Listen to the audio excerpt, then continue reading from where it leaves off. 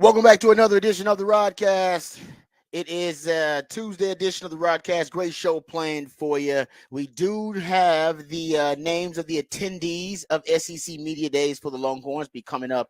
That'll be coming up next week, July 15th through the 18th. Of course, we'll be talking a lot about Texas and SEC Media Days, but we'll talk about the attendees that have been announced for the Longhorns. We'll also get into Quinn Ewers' EA Sports college football video game ratings. Those have also been leaked to the public.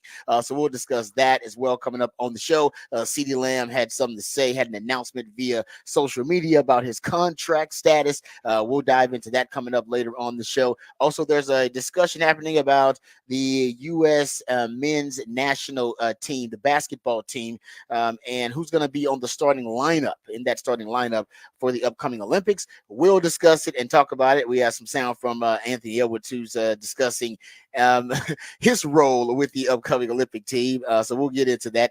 Only doing it the only way that he can, because he's one of those guys who got very charismatic personality, and he lets you know exactly how he feels.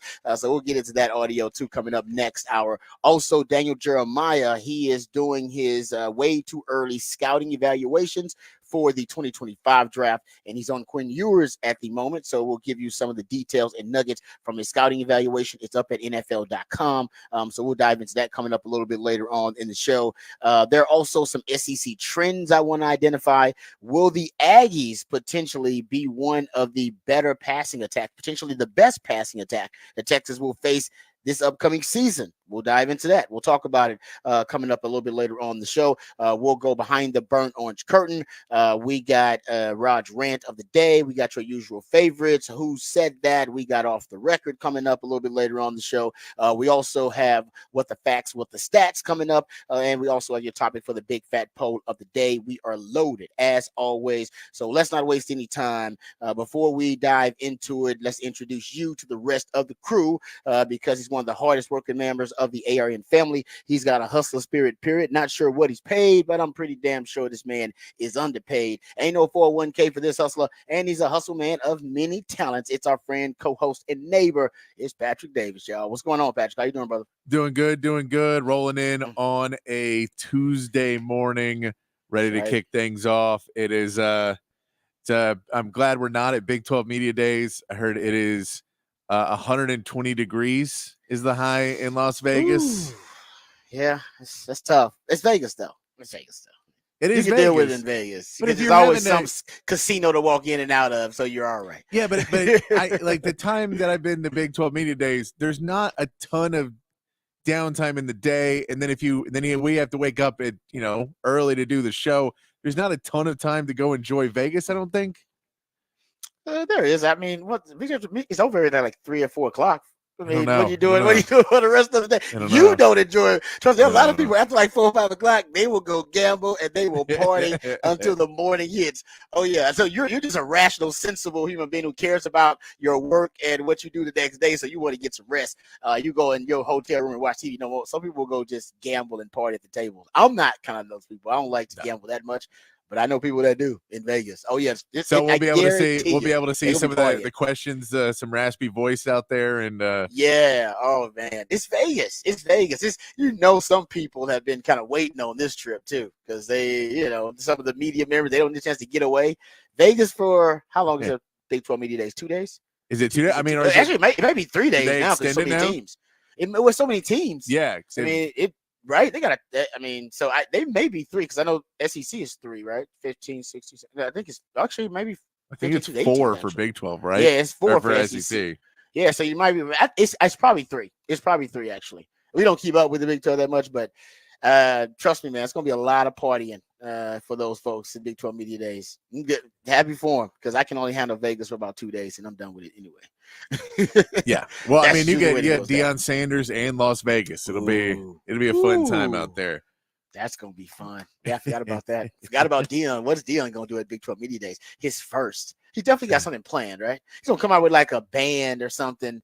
It's gonna be like something real, like grandiose. I guarantee you, he's gonna be the way he dresses or something. Deion's got something planned. Yeah, there's no way Deion's just gonna come in there low key. And if Brett Yormark is smart, and we're gonna see him somehow try and put Gundy and Sanders together to start that off. We got to start that rivalry. Yes.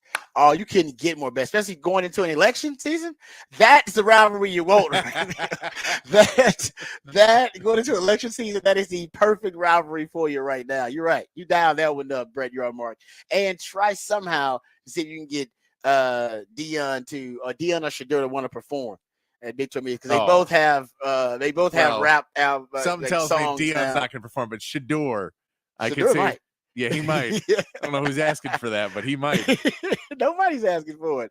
But Brett, I'm telling you, he might push it out there. Just throwing it out there as a suggestion. Let me tell you who performs for you every morning. My co-host, he's a proud alumni of DBU. He's got more papers in Dunder Mifflin and watches more film than Siskel and Ebert. He is a new Rod, father of Austin Sports Radio, Mr. Rod Babers. I thank you for the intro, brother. I appreciate that. Yeah, Big 12 Media Days. That is going to be pretty wild, though, in Vegas. I mean, I don't even know. I'm sure maybe Mountain West or something that's done it, but none of the major conferences have done that before. And Brett Yardmark's going to have a lot of, like I said, he's going to have a lot. It's going to be an extravaganza for him. So it's going to be, and do we know what hotel it's in? Do we even know that? It's at Allegiant Stadium. Oh, okay. Yeah, because they've been doing it. They've been doing it at AT&T Stadium in Dallas, in Arlington, is where they had been doing it. Nice. Okay. And so it is at Allegiant Stadium, so you go down which there. Is actually away from the strips. I wonder where the hotel and where they're staying and everything. I wonder where they're actually the Big 12 Media Day. I wonder where they're actually supposed to stay. I'll find that out. I don't like that. So it's 2 days, but they don't even have only 2 days. Oklahoma State and Colorado on different days. So come on, your mark. And that's, you know what, Patrick? Yes, nobody has thrown that idea out there, but honestly, it's a brilliant one. Why not start to already manufacture some rivalries, at least some rivalries for the time being, and that would be a great one. That would be good. I got to look at the schedule. I don't even know if they play. I don't even know if they do play. I know they play, and they play near the end of the season. I know we looked that up, but that's good. That's good. That's good, man. Because Gundy will take a shot at Dion if you give him. If you just you give him enough softballs, he'll take it. He might even do it inadvertently. Like he might not even be trying to do it, and he'll still do it because it's just so they're so different. They're just so right. Just their styles and the way they carry themselves. I'm with you, Patrick. That'd be a great rivalry to start in the Big 12 because both of them will talk a lot of trash to each other. You can get both of those guys to kind of hold court with the media.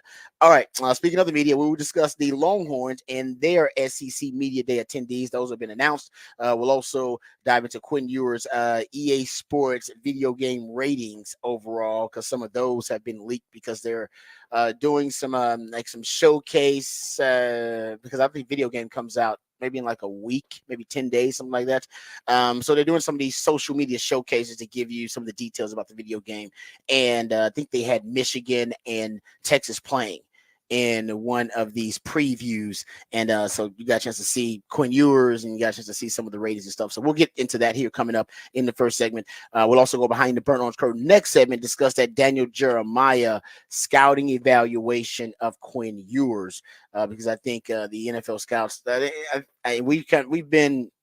we've been pretty thorough at breaking down what the NFL scouts want to see from Quinn and the leap they want to see from him this year to solidify his place as being either the top quarterback on the board, maybe being number one overall if the leap is big enough, but definitely being a guy that's drafted in the first round. So we'll get into, and Dan Jeremiah, he likes Quinn Ewers. So this is not some scathing scouting evaluation. Like he's actually a fan. So we'll get into that coming up when we go behind the burnt orange curtain. Before right now, let's not waste any time. Let's get you updated, informed, and educated on all the top stories of the day with my man Patrick Davis and these Horn headlines. All right, your Horn headlines brought to you by Top Gun Rentals and Lawn Equipment. In the MLB, the Astros send Roniel Blanco to the mound tonight, beginning their series with the Florida Marlins. The Marlins are currently on a 6-game home win streak, while the Astros have ridden a hot streak to within 2 games of the lead of the AL West. The Astros will still have to deal with 2 star players, Cal Tucker and Justin Verlander, being out a little longer as new reports indicate that both players will not be able to return until after the All-Star break. And the Rangers won their 4th straight with a 9-4 win over the Angels. John Gray weathered a 3-run 2-second inning to pick up his 4th win of the season, and the Rangers came back strong with 5 runs in the 4th. Corey Seager and Wyatt Langford both homered in the game, with Seager extending his hit streak to 13 games. Max Scherzer gets to start tonight with the Rangers looking to start a run for the second half of the season. And that is your Horn headlines. All right, thank you, Patrick, for the Horn headlines. Appreciate those. All right, let's get to this SEC Media Days, or at least the attendees for Texas that have been announced. Just 4 persons. Of course, Steve Sarkisian representing as the head coach. Quinn Ewers going as he starting multiple-year veteran starting quarterback for Texas. Kelvin Banks will be joining them as well. And then Jahdae Barron. That's it. That's the list. Just 3 players: Quinn Ewers, Kelvin Banks, and Jahdae Barron. And it does, I mean, it makes sense. You know, Quinn's going to be there, multiple years starting quarterback. You know, Kelvin Banks. I mean, Kelvin Banks is projected to be, a top 5 pick. Matt Miller, remember, he just recently had his way too early 2025 mock draft. He had Kelvin Banks as the top tackle taken off the board and going, I think, number 5 to Washington, I believe it was. He had Quinn Ewers going 10th overall. So both of those guys he had projected as being top 10 picks. Quinn was the second quarterback, I believe, actually third quarterback, because he was behind Shadur Sanders and Carson Beck, I believe, in that mock draft, but had him still as a top 10 pick. So those guys are no brainers. And I honestly, I think Jahdae Barron's a bit of a no brainer too. I know there are some other guys, but think about it. Nobody's more of a proven commodity on that defense than Jahdae Barron with Texas. We know Trey Moore coming in, 13 sacks, double-digit tackles for loss, but that was with UTSA. You go look at Makuba coming in, the guy who's done it at the highest level for Clemson, but that wasn't necessarily with Texas. Ethan Burke, still ascending. Anthony Hill just established himself last year, so haven't even really started an entire season yet, but he's going to be fantastic. Malik Muhammad's a really good player, but still relatively young, hasn't started an entire season yet. I mean, you got Jahdae Barron, who's a multiple year starter, and I think people forget how good Jahdae Barron's 2022 season was. I went back and looked at it. I mean, it really was one of the best seasons I can remember for any individual DB at Texas. And you guys know I keep up with DBU. So that 2022 season, and we'll get to 2023 because he was dealing with some injuries, so he wasn't as consistent. But he had an 82 Pro Football Focus grade, had 0 touchdowns allowed, 64 passer rating allowed. He was the only FBS DB in the last 22 years to register double-digit tackles for loss, 1 fumble return for a touchdown, and an interception return for a touchdown in the same season. He led the Big 12 in defensive stops that season with 36, but also led Power 5 DBs in stops and pass coverage with 24. He also, if you go look, and by the way, still wasn't an all-conference selection. I don't know how the hell in 2022 he was not. That was ridiculous. Every other DB that had stops that were basically top 3 in stops in the conference made all conference, and he did not. I still don't really get that. He also was great blitzing. He ranked second among Big 12 DBs in pass rush grade by Pro Football Focus. Was one of just 3 DBs in the conference to register multiple sacks that year. He was 5th among Big 12 DBs, allowing just 3.7 yards after the catch per reception.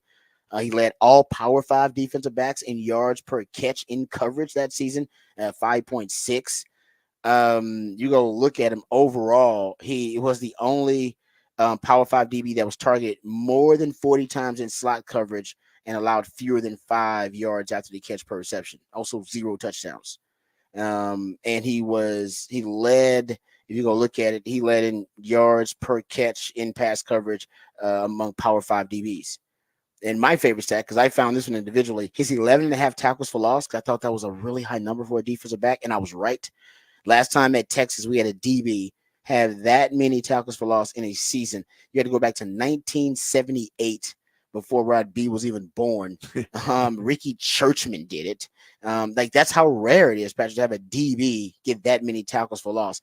He really is. He's a true football investigator. And what I mean by that is he can decipher, gather clues, pre-snap, post-snap, and have the ability to solve the play, if you will, narrow down the ways the offense is trying to exploit you based on the down, the distance, the formation, the personnel grouping, his film study, narrow down all of those ways they're trying to attack you. And by the time you narrow it down to 3 or 4 plays based on your film study, hell, you might narrow it down to just 1 or 2 plays. And he's fearless. I mean, I would have the same process. I was also a football investigator, but I played with a little bit more fear in my game that, hey, what if I'm wrong? Right? What if I'm wrong though? I mean, yes, I've just done all these calculations and I've narrowed it down to 2 or 3 plays that they can attack me with and exploit me with. But if I'm wrong and I guess wrong and I don't rely on my fundamentals and technique, oh man, I can give up a real big player. I can look really bad out here. Yeah. He doesn't have that same fear. He doesn't operate like that. He's fearless. And I admire guys like that. Nathan Vasher was like, I don't know, I play with guys like that, and they end up being great players. I play with my friends. I was like, you know what? If I'm wrong, I got to make sure that I have a fail safe. So I'll play from the upfield shoulder instead of cutting underneath. Those guys like, nope, cutting underneath. I'm taking the pick to the house. They're that confident in their game and in their football IQ and football instincts.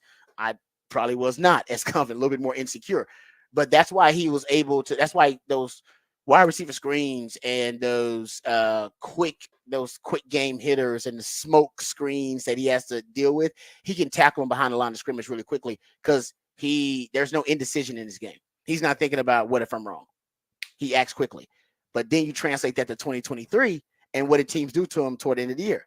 Double moves, counter keys. They gave him a lot of kind of fake keys, if you will. They gave him out and ups. They gave him the stalk block and go. Remember they did that against it was TCU that did it against them. Washington did some similar things. So they give him all of these false keys and counter keys because he processes so well and so quickly. Let's use that against him.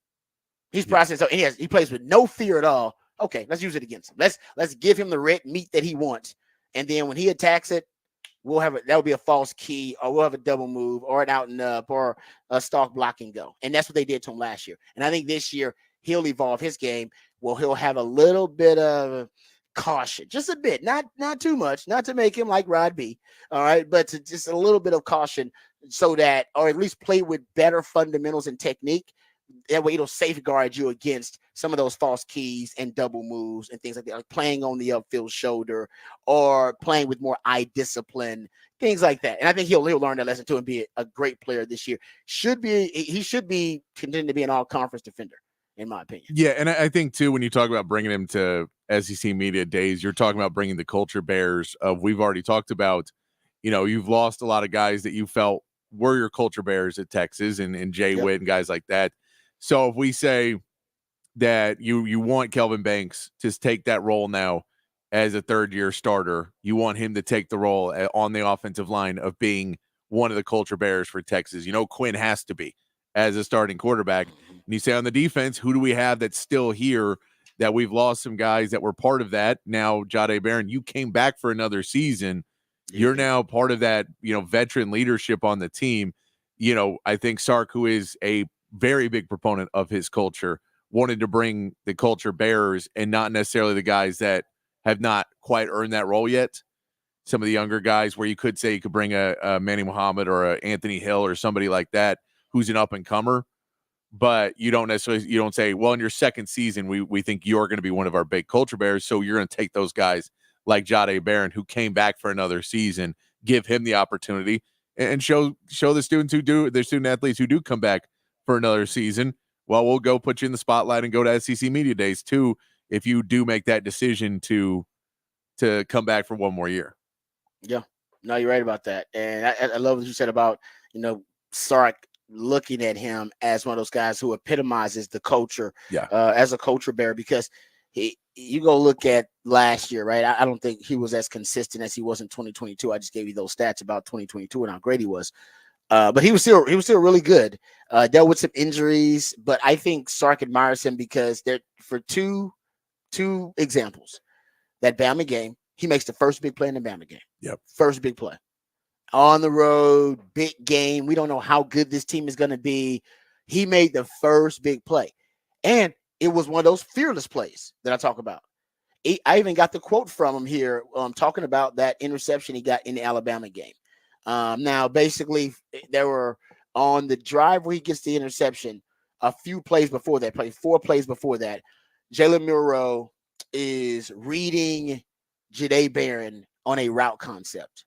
They got three receivers to Jade Barron's side, and they're running number 2 and number 3, counting from the outside in.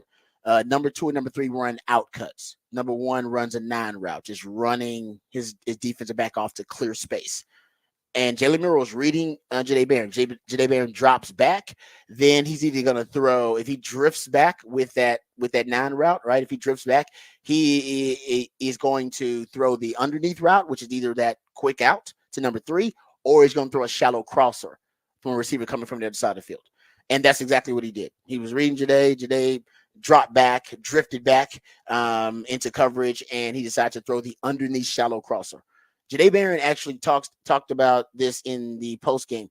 He said he was watching Jalen Murrow on that play, and he said, "Okay, so he's watching me, and he's going to throw the underneath route, whatever it is. It could be that shallow cross coming from the field, or it could be that that number 3 out cut, the quick out by number 3.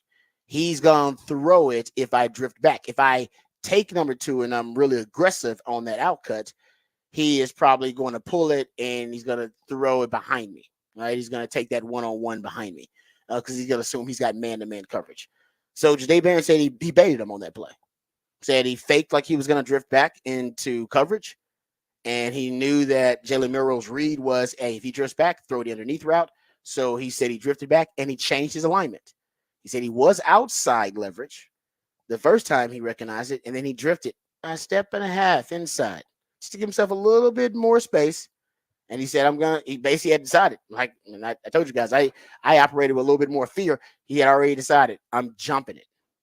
When they run that route again, I'm going to jump it, but I'm going to fake like I'm drifting back. So his automatic read at that point will be, I'm throwing the underneath, either the shallow crosser or I'm throwing the out cut.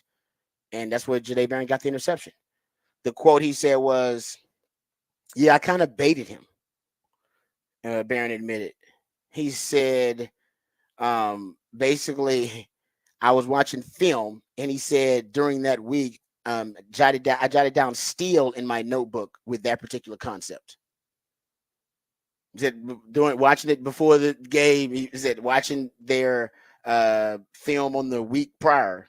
He said he had already decided, oh, that's a great concept for me to jump the route and bait the quarterback.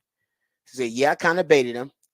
And he also said it was Terry Joseph he gave credit to.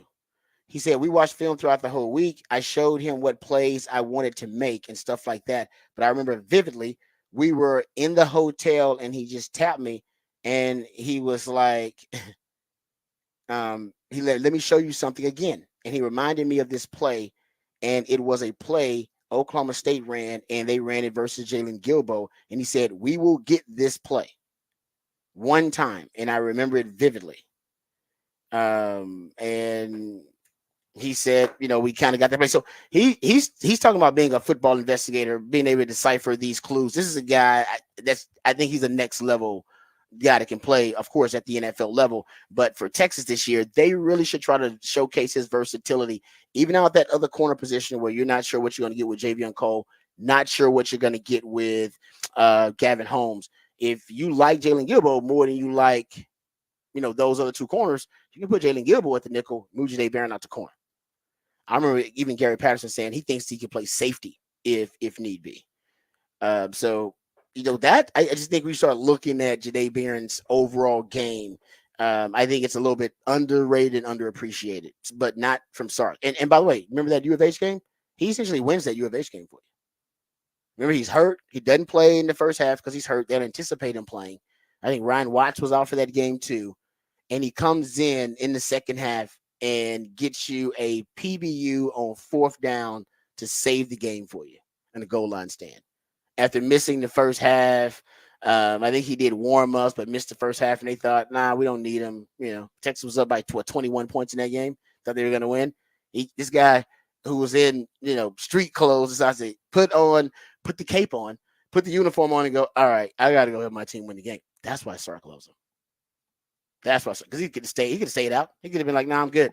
I mean, I'm hurt. I don't want to go in there and hurt myself even further. And what if I go in there injured and then I can't make the play because I'm injured?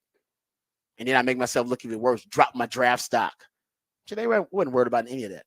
And that all those were realistic possibilities. Yep. He'd win that game, injured. They got the game winner on him. Then that highlight goes everywhere. It's on Sports Center. Oh man, Jadae Barrett got toasted out there.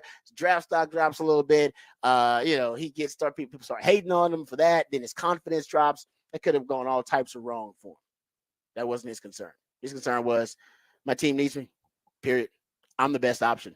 Yeah. Even at 65%, I'm better than them dudes out there at 95. I need to be out there. That's some testicular fortitude. That's why he's going to SEC Media Days. Yes. That's why he's the dude. Yeah. So big Jadae Barrett fan, obviously, as you can hear. Kelvin Banks is just a stud, period. I mean, this dude is going to be the top tackle taking off the board. And we know that. I mean, you go look at, I'll give you a stat about Kevin Banks. He allowed 2.3% pressure rate on pass blocking snaps. And on true pass sets, he allowed a 3.5% pressure rate, which is fifth among Power 5 tackles. The 2.3% pressure rate allowed on pass blocking snaps, second among returning Power 5 tackles. I mean, remember his freshman year, he faced 4 first-round picks. I think he allowed 1 sack between 4 first-round picks. Played Will Anderson. What was the other kid from was it Tyree Smith at Tech? Yep, Tech. He was another one. Anudike Uzoma. Yeah. From K-State was the other one. There was one more, right? It was Will McDonald, I believe. Yeah. From Ohio State was another one. It was 4 of them. And I think he allowed one sack when he faced all those guys. And I believe he faced more if you look at guys who were drafted later. That was the guys that were drafted in the first round that season after his freshman year. So that dude's he's basically been considered a first round pick since his freshman year. So no surprise there. And Quinn Ewers, I'll give you this. So we'll get into the Quinn Ewers scouting evaluation by Daniel Jeremiah. We go behind the Burn-Ons curtain. But here are the ratings, at least what was released that we saw from Quinn Ewers on the video game. So a 92 overall rating, period. 92 overall, which is pretty damn good. 81 speed, a lot faster than I thought. But I remember last year, some of those scrambles, he did surprise some people with his breakaway speed. He's got a 68 sack avoidance rate, which that is not surprising to me because I always talk about him, how he handles pressure or inability to handle pressure. I think that's kind of what they're talking about. His ability to break sacks, a sack avoidance. And if you go look at overall, and they don't have his arm strength, which is weird, but throwing under pressure is 90, which is, I think, kind of handling pressure. They don't have his arm strength on there, though, but that might be on the game when you get to some details. Arm strength probably would be, he might have the strongest arm of all the quarterbacks on the game, potentially, or at least one of those, the strongest arms of any quarterback on the game. But he won't be the highest rated person on the game. There's no way at 92 is the highest rated player in the game. So Carson Beck probably is going to be higher, maybe. I mean, considering a lot of people have him as the top quarterback in the country. Travis Hunter is probably going to be higher than that 92 overall. It won't be a lot of players higher than 92 overall, but I do think some will be. I think he'll be like maybe 4th or 5th. Just don't know how many players are going to have ranked ahead of Quinn Ewers. I also say this, that I don't know who, because they're releasing like some of these previews slowly but surely, leaking this information. Still don't know who the highest rated defensive player is going to be. We just talked about Jadae Barrett. It could be him for Texas.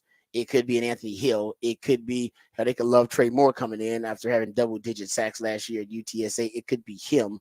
I mean, it could be 3-4 guys potentially. Yeah. It could be your top-rated player on defense. We still don't know.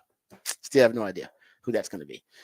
All right, there you go. That is Quinn's EA Sports College Football ratings. Speaking of Quinn Ewers, my man Daniel Jeremiah been doing a breakdown on the prospects for the 2025 draft, and he's doing Quinn Ewers, or he just recently completed his Quinn Ewers evaluation. We'll dive into it, read you some of the tidbits, and talk about what Quinn Ewers has to do to turn himself into the top quarterback on the board in 2025. All of that and more right here on the Rodcast, featuring Patrick Davis and lifetime Longhorn Rod Babers. Coming back on the Horn.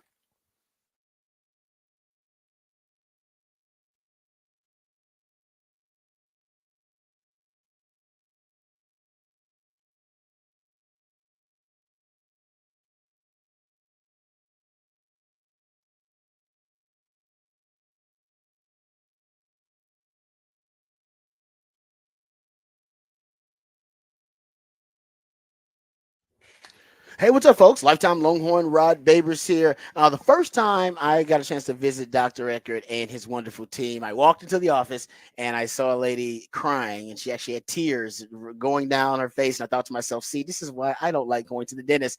But then I got a chance to talk to Dr. Eckert and his team. It turns out she actually was crying tears of joy. I met her. She gave me her testimony that apparently Dr. Eckert and his team had given her the smile she had always wanted. And because of this, she was brought to tears when she looked into the mirror for the first time and smiled. And it was something that Dr. Eckert and his team, something they take a lot of pride in.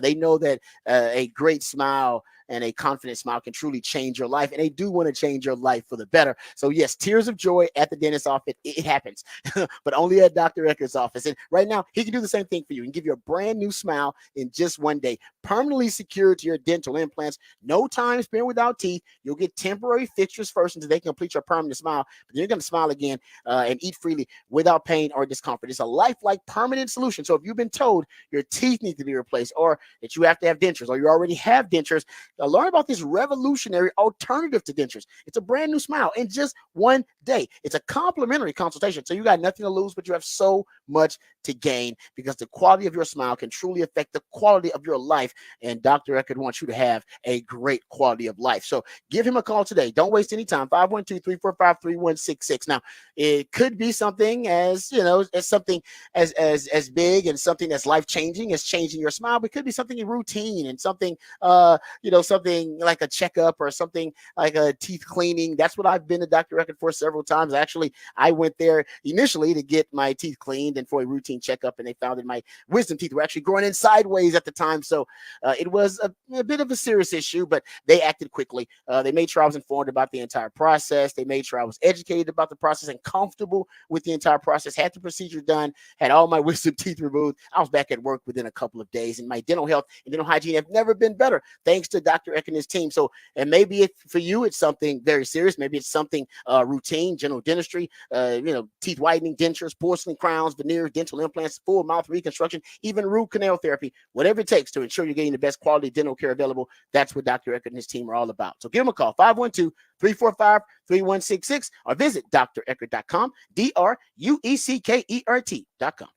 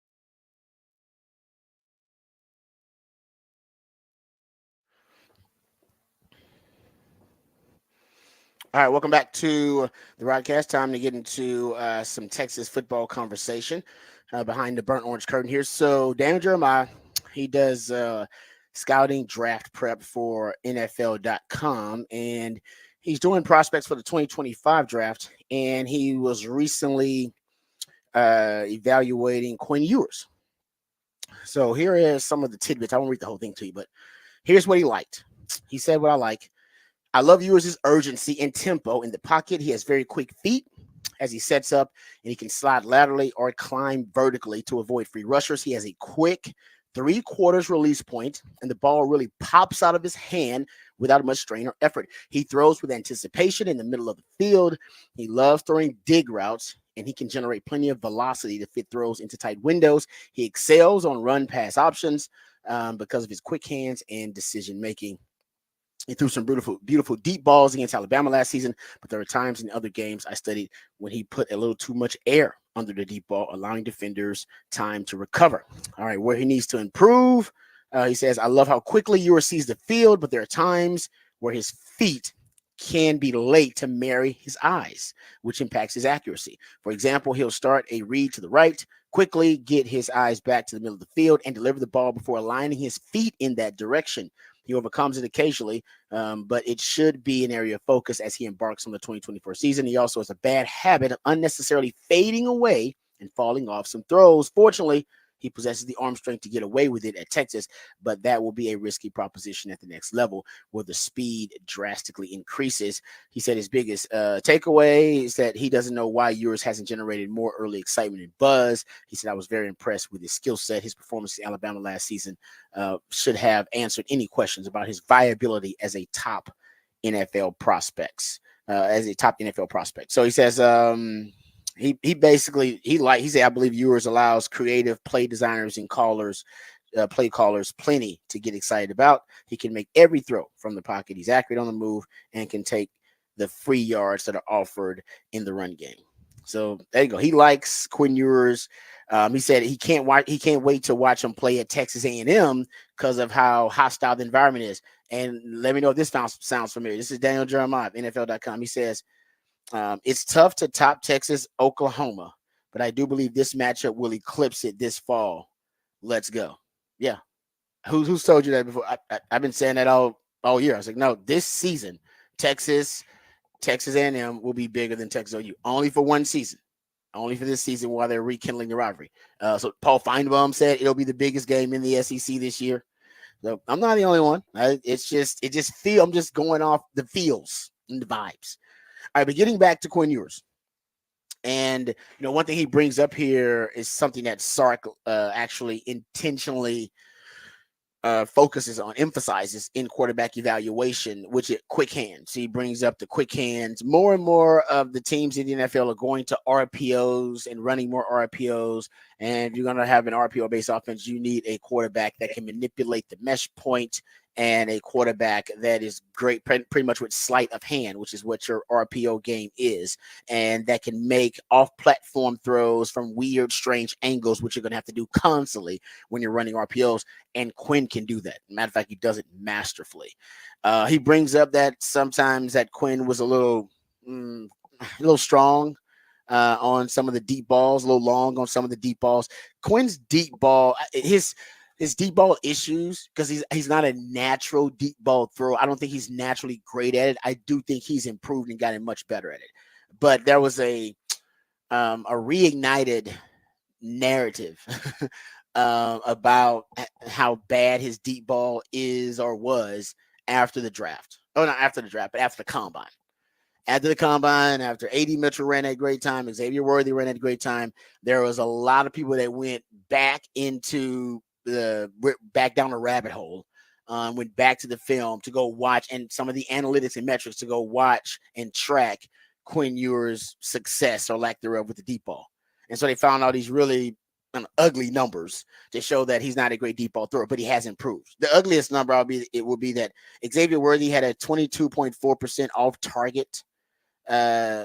target rate on throws, which was the highest in the receiver class for any receiver. His 9.2 yards per target average on deep passes was the worst of any projected non-undrafted free agent wide receiver in this 2024 class. Yeah, 94 deep targets in his career on a 25% completion rate for Xavier Worthy. So we're looking at Xavier Worthy and AD Mitchell stats and wondering like, hey, why aren't these guys better, on deep balls and better as deep threats? And then they obviously made that connection to Quinn Ewers.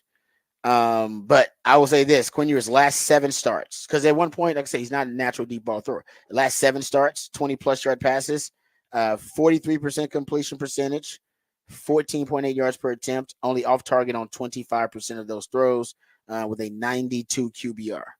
His previous 15 starts, he had a 23 QBR on deep throws. That was 135th in the FBS. He had, out of 146 quarterbacks, he had a 24% completion percentage, 7.9 yards per attempt, 44% off target rate. So everything has improved in terms of the deep ball in the last 7 starts. So I'm actually not worried about the deep ball as much as some have overblown it. I think he's gotten better. The big issue, I think, for Quinn is going to be how he handles pressure. Dan Jeremiah didn't bring it up much there, but I think scouts want to see how he handles pressure, because we're not sure. We've seen him handle it really well. We've seen him handle it poorly at times. Better in 2022. 13.9% pressure to sack rate, 2023, 25%. Allowed pressure in 2022, 14%. Allowed pressure in 2023, 22%. So I think they just want to see which Quinn is it. Is it the Quinn that is he the Quinn that handles pressure really well, or is he the Quinn that panics a little bit under pressure? And I think the panic comes from him visually, literally seeing the pressure. I think he sees it. That's why last year he scrambled a lot, because he would see the pressure, see it, bail, get the hell out of Dodge. And Sark doesn't. Sark would rather have him scramble than take the sack. But I think ultimately Sark would like Quinn to either manipulate the pocket, learn to be a better pocket scientist, and buy himself more time, step up in the pocket, move around in the pocket, or he'd rather him get through his progressions quicker before the rush gets there and feel the rush, sense the rush, don't see it. Michael Penix is the best example I can give Longhorn fans who remember it. You know what I mean? If you see it, then you're going to react to it as a quarterback. If you're seeing the rush, you're definitely not seeing your route combinations and progressions down the field. So you got to feel it, but you don't want to see it. And I think at times Quinn actually looks at it and sees it. That's going to be, and even Sark said, I want him to get deeper into his progressions. In order to get deeper into your progressions, you got to keep your eyes down the field, and you got to be able to manipulate and create space in that pocket by moving around. And I think Quinn's definitely got that in him, but I think that's part of what scouts want to see.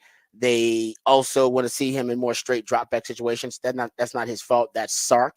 Not anybody's fault, but that's just Sark's system. Sark, only 35% of his dropbacks, roughly, are going to be straight drop back situations. Everything else is play action pass, screen pass, RPO passes, and that's just the nature of Sark's offense. So there's uncertainty about exactly how well he can adjust to just straight drop back situations, because that's the NFL and that's kind of what he's built on. But he's got all of the potential, and I think this year you'll see more of it, because I think Sark wants to show that off. Because Sark understands. Sark wants him to get drafted really high. That's going to help out Sark too. So you'll see him utilize in more of those straight drop back situations, in my opinion. And ultimately, like I said, I've always said this. I've been saying it for a while. They want to see him, put the cape on. They want to see him come rescue his team and be the best player on the field. And we've seen flashes of that from him. But in the SEC, in these big games, Michigan, Georgia, A&M's another big one, as Dan Jeremiah mentioned. Of course, Texas OU is always big. You want to see him potentially engineer of a fourth quarter comeback, a game-winning drive. It'd be great if you're never in that situation and you always have the lead and Texas blows every team out. We know that's not going to happen, right? Texas will be in tight clutch situations, and they'll have one-score games they have to win.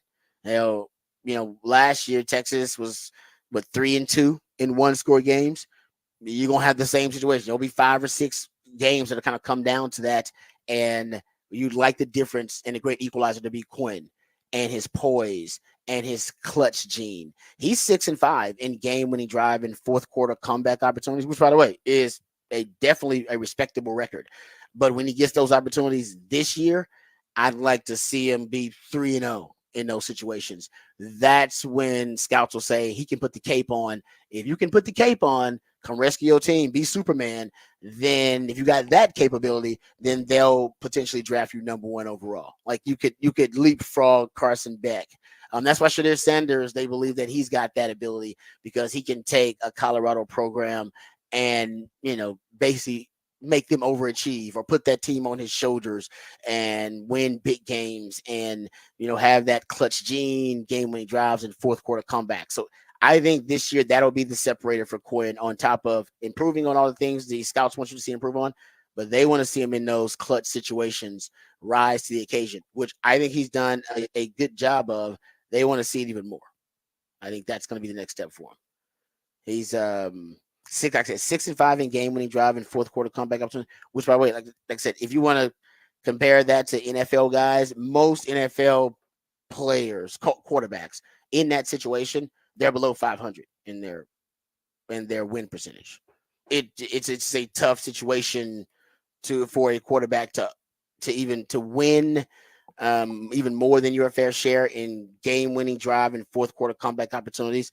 Doesn't happen a lot. So for Quinn to even be 6-5, like I said, it's more than respectable. But they want to see him pull some Joe Burrow, Caleb Williams type stuff, and show he's got that kind of he's got that kind of mojo, that kind of je ne sais quoi, that special something, whatever, that it quality. And I think he's got it, but they want to see more of it. All right, we come back. We'll get into the topic for the big fat poll of the day on the other side. Also, we'll learn more about the musically themed day of the week. This is the Rodcast featuring Patrick Davis. I'm lifetime Longhorn Rod Babers coming back on the horn.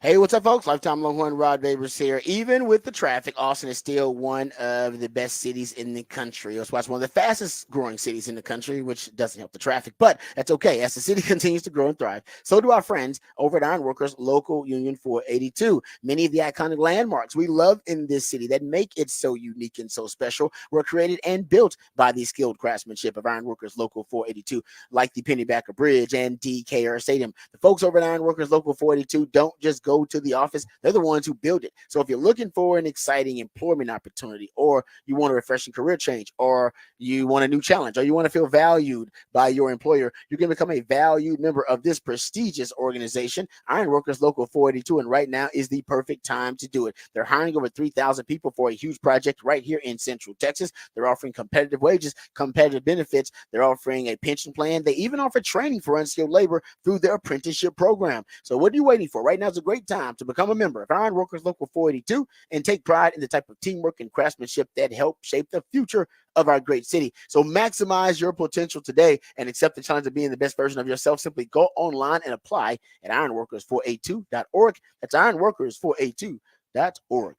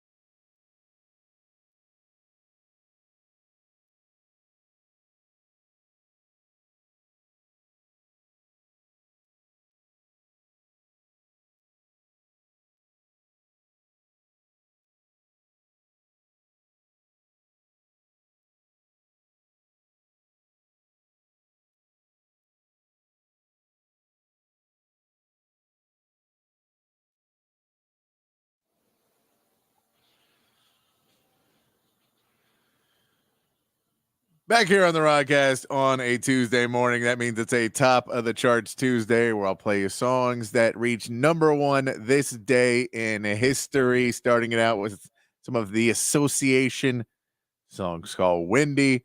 Starting it off there on a top of the charts Tuesday. Text line's open 512-447-3776. Time to get to the big fat poll of the day. Patrick's Big Fat Poll of the Day on the Horn. All right, Big 12 Media Days is starting today. We will start to see the teams come out as we start to get a little bit more college football news. It has been pretty dead in college football for a little bit. Not a lot of action, but we will start to get those as Big 12. Then we get SEC Media Days next week. I have to look up when Big 10 and ACC. I don't know when they are, but I'm sure they're going to be here in the next couple of weeks. So we will get that, and we'll start to get some more sound bites, get some more information, see what's happening in college football, and that will ramp up. But since Big 12 Media Days is starting off, let's ask the easy question today. Who will win the Big 12 this year? There is no Texas. There is no Oklahoma. So who will win the Big 12? We know Utah is the odds-on favorite to win it this year. K-State not far behind in the odds. Behind that, we have Oklahoma State, UCF, and Kansas all coming in. But you could say a wild card. Is Colorado, is this the year? Is this the year Colorado figures it out?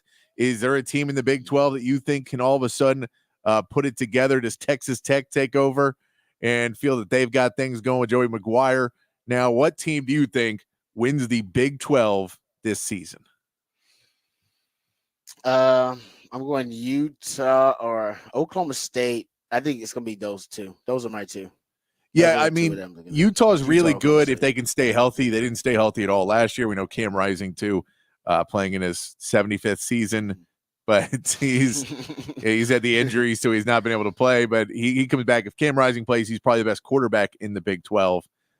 He could be really good. Shedeur Sanders would have something to say about that. Yeah, and so would Jaden Daniels. But, I mean, neither one of them has shown that they can play at that high of a level. Cam Rising has before his injury. So I think, there could be some good quarterback play, but that's also, does Shedeur Sanders actually prove that he is the number one overall pick by having a 9-win season and getting a chance to win the Big 12? Or does he have another 6-win season, a 4 to 6-win season, and then maybe his stock drops a little bit? And then when you look over Jaden Daniels with his injury history, does he come out and have a good season for Kansas this year and lift them back up to where Kansas thought they were headed before they had some injuries in the last couple of years? What do you guys think on the text line? 512-447-3776. It is a pretty wide open Big 12 now that there's not, because it's always been somewhat wide open. It's always had a lot of teams that have tried to compete there in the middle. Baylor hasn't looked very good. I don't know if they're going to be able to turn it around. You have some of the teams they've added recently in Cincinnati and Houston and BYU. I don't know if those teams are really in that conversation as much. Iowa State tends to stay in the conversation. Arizona is a bit of a wild card coming in from the Pac-12, just seeing how they play against these Texas teams. They lost so much, though. Man, they did. They lost a lot. Arizona lost a lot. So I just don't know if they're going to – they were really good last year, but I just don't know if they're going to be there. Yeah, because Arizona, their head coach is now the head coach of Washington, correct? Gone. Yeah, exactly. They lost Johnny Nansen, as we know. Yes. Man, that's a lot. They still got some good players. I mean, McMillan's really good. They got that cornerback, Tacario Davis. They got some good players, but I don't see them being one of the front runners. But you're right. Big 12 could go like 6 teams could probably contend. 6, 7 teams could contend to win the Big 12 this year. So let us know on the text line. What do you think? Who will win the Big 12 this year? We'll get that posted up on X as well at the Horn ATX and let you get some votes in on that. I mean, I would love to see Colorado make a run at it just because I'm a fan of Deion and what he's doing. But I do think Utah and Oklahoma State, they have a lot of continuity. Oklahoma State's offensive line's underrated. I know Ollie Gordon just got in trouble, but he's considered the best running back in the country coming back. Mike Gundy can just coach his butt off, man. Mike Gundy's just a hell of a coach. Yeah, he really is. He proves that year after year in the Big 12. And Utah is always underrated, and they still win, even though they sometimes, have to deal with quarterback issues and quarterback injuries because Cam Rising's been hurt multiple times, and they still find a way to win a lot of games. And I mean, K-State is technically your second best odds to win it according to DraftKings. They're at plus 380. So K-State is what they'll say is your second best shot. UCF was one that surprised me that they're up there in the rankings as well. But a lot of teams that could be into it. Well, I'm sure we'll see more stuff, and we'll see if there's any fireworks, if anybody talking any trash during Big 12 Media Days as well. We get Mike Gundy a little bit near the end of today, and then Deion Sanders is first thing tomorrow. He's the first one to go tomorrow. Yeah, and you're right. I can't forget about Avery Johnson, that quarterback for K-State. I mean, they expect him to have a breakout year this year. Could be like a Heisman sleeper is what they've been saying about him. He didn't do much against Texas last year, but he was red hot before they met up with Texas last season. All right, two things I also like about, or at least why I like two teams, Utah and Oklahoma State. They actually are one of 4 teams in college football that bring back head coach, quarterback, multiple year starting quarterback, head coach, OC, DC, special teams coordinator, strength and conditioning coach, and a multiple year starting quarterback. And that is Utah and Oklahoma State. Ole Miss and Texas are also in that category. Those are the 4 programs that bring back all of that continuity at the top. Nobody else in college football is bringing back both coordinators, strength and conditioning coach, head coach, and a multiple year starting quarterback like that. Yeah. So that's why I'll take that. I'll take Utah and I'll take Oklahoma State just because of that factor alone. We'll see how far it takes me. All right. Good stuff there. We'll come back. We'll discuss more of the topic for the big fat poll of the day. Who you got winning the Big 12? We'll also get into a conversation about Team USA, the men's national men's national team, the basketball team.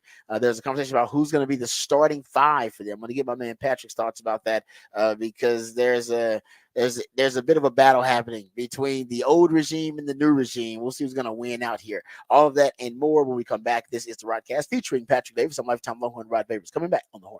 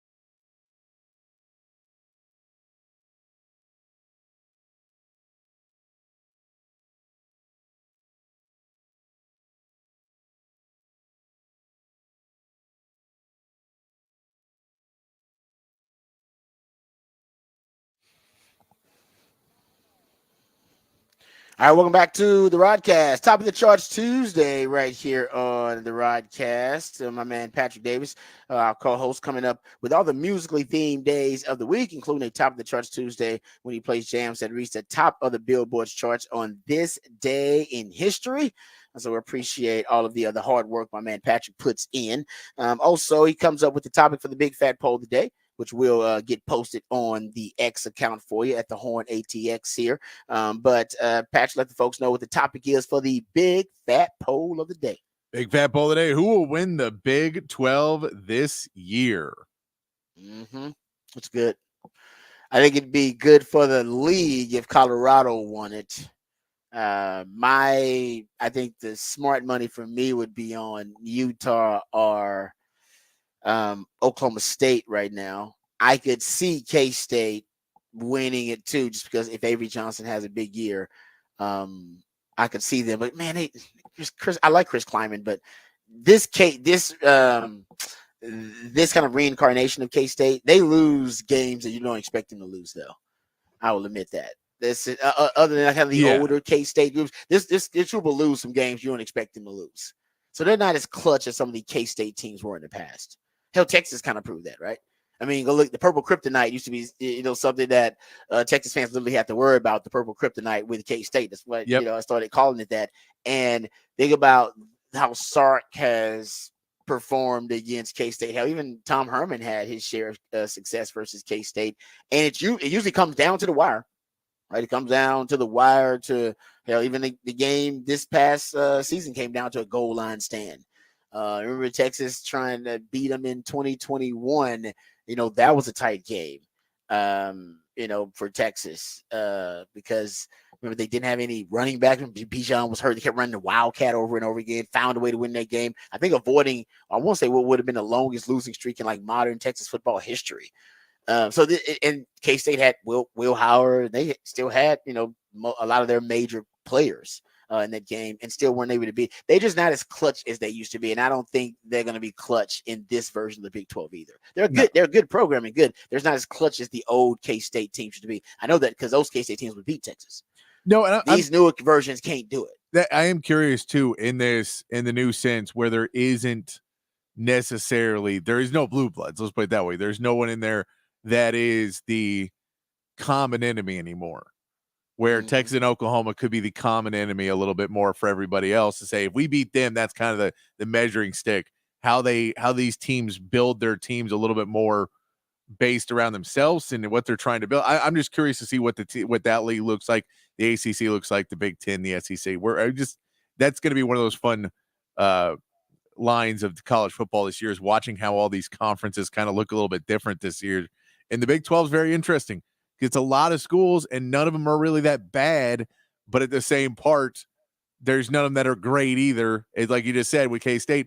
K-State's one of your top schools, but also K-State's not really scaring anybody because you're not worried about them having that, super clutch team. Utah's not really scaring anybody. I think Oklahoma State is that one where you say they're going to be well coached, they're going to play really well, but they just don't have the talent. They're not going to have that, obscene talent. No, because they don't want to embrace NIL or the transfer portal. So that's why Gundy, you're right, he won't ever have that. But that's not really how Oklahoma State operates. But you make a good point. A lot of the innovation in the Big 12, and I think it's probably been the most innovative league in college football over the last couple of decades. The three high defense and the air raid, obviously Mike Leach being part of that. It's just been a really innovative league. And I think a lot of that, like you just pointed out, is these teams who know that they're going to be at a talent disadvantage and a talent deficit compared to Texas and Oklahoma. So everything that they could conjure up, all of their creativity, all their innovation went toward, all right, how do we close the gap? We got a talent gap. Texas and Oklahoma way more talented than us. How do we close that gap? And it was done creatively. It was done, with schemes and concepts. There may have been a little bit outside the box, may have been a little bit progressive for its time, but that is how a Texas Tech would close. It's like, no, we need Mike Leach in the air raid. That's how we close the gap. Iowa State saying, no, we need to start running this three high defense, three high safeties. That's how we're going to close the gap. Or it's, Mike Gundy saying, all right, you know what? we're not gonna recruit specific positions on defense anymore because we're wasting scholarships. We're gonna recruit body types and we're gonna recruit overall athletic traits, and then we're gonna let those guys kind of evolve into whatever they evolve into. And if he doesn't work at corner, we'll move him to safety. Then work at safety, we'll move him to linebacker. We're gonna start recruiting athletes on defense with versatility. And then he kind of changed, and Mike Gundy kind of changed the game, right? Mike Gundy also started getting all these offensive coordinators from D3 levels, from Shippensburg and all these weird places because he wanted outside the box ideas to come, infuse some innovation and creativity so he could close that gap. So all these teams, to your point, were trying to close the gap, and they were doing it creatively, which was leading to a lot of, evolution, evolutionary adaptation, by these defenses and by these offenses. And now they don't really have a program to strive to try to creatively close that gap. So what's your identity? The identity was easy back then. It was like, no, our identity will be based on what will help us close the gap between us and the best team in this conference, which is Oklahoma and Texas. Now, I don't know what like you said, what now is the motive and what is their goal in their roster construction. It used to just be, because you're trying to win your conference, that's your ecosystem. Exactly. So, you got to win you got to be the king of your the apex predator of your ecosystem first before you can move on to, be in the college football playoff or go from your division in NFL to go to your conference, things like that. So how do you become the apex predator in your ecosystem? That's what you're trying to figure out. Yeah. And if I can't be the apex predator, how do I kill the apex predator? Yeah. If I can't be the apex predator, how do I take them down? And that was what the Big 12, that has driven Big 12 innovation and creativity for decades. And now what's going to drive it, basically. Well, and that's it. That's what the Big 12 Media Days will be interesting, is a bunch of teams trying to say that we are going to be the apex predator. Yes. And then everyone else saying, well, no, but you can't be because I'm going to be. Exactly. I think I'm the apex predator. And if there's a discussion about who the apex predator is, then none of y'all are the apex predator. Because if we got to talk about it, then none of y'all are the apex predator. And that is going to be interesting because it was always Texas and Oklahoma, and everybody understood, yep, those are the apex predators in this league, in this ecosystem. You got to find a way to kill them, and you got to find a way to take them down. Now, what's the goal of your roster construction? Are you just doing it to individualize yourself and form your own identity, which will be great.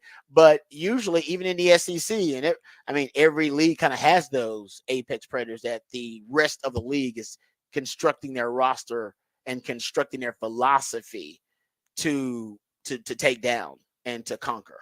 Yeah. And that's where you sit and you say, as good as Utah is playing right now, if they lose a few players, are they going to be able to stay at top?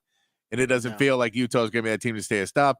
But we know what K-State has been. We know what all those other teams have been, and none of them have ever stayed at the top either. They have down years and up years. So is there going to be any team that can consistently in the Big 12? And then again, the Big 12 could be dissolved in 3 years anyway. This is how college football goes now. You're right about that too. Yeah.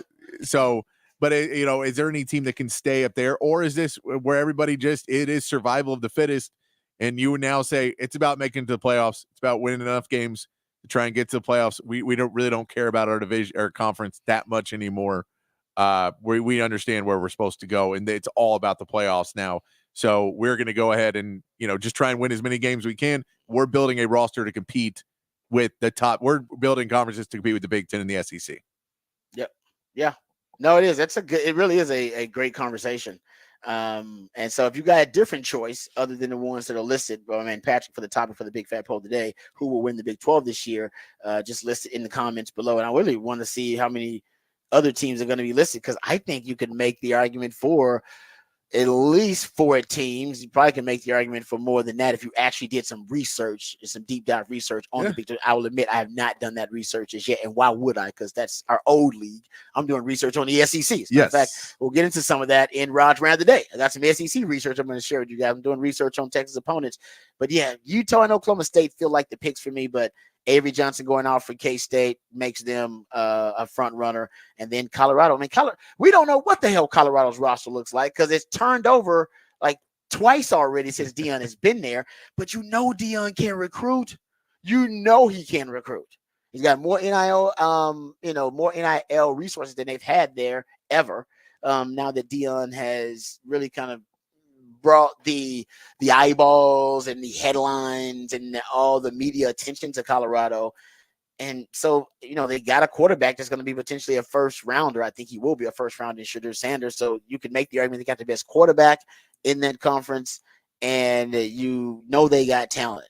There's talent there. Travis Hunter he's also, they have, is there any team in the Big 12 with 2 first-round picks right now on the roster?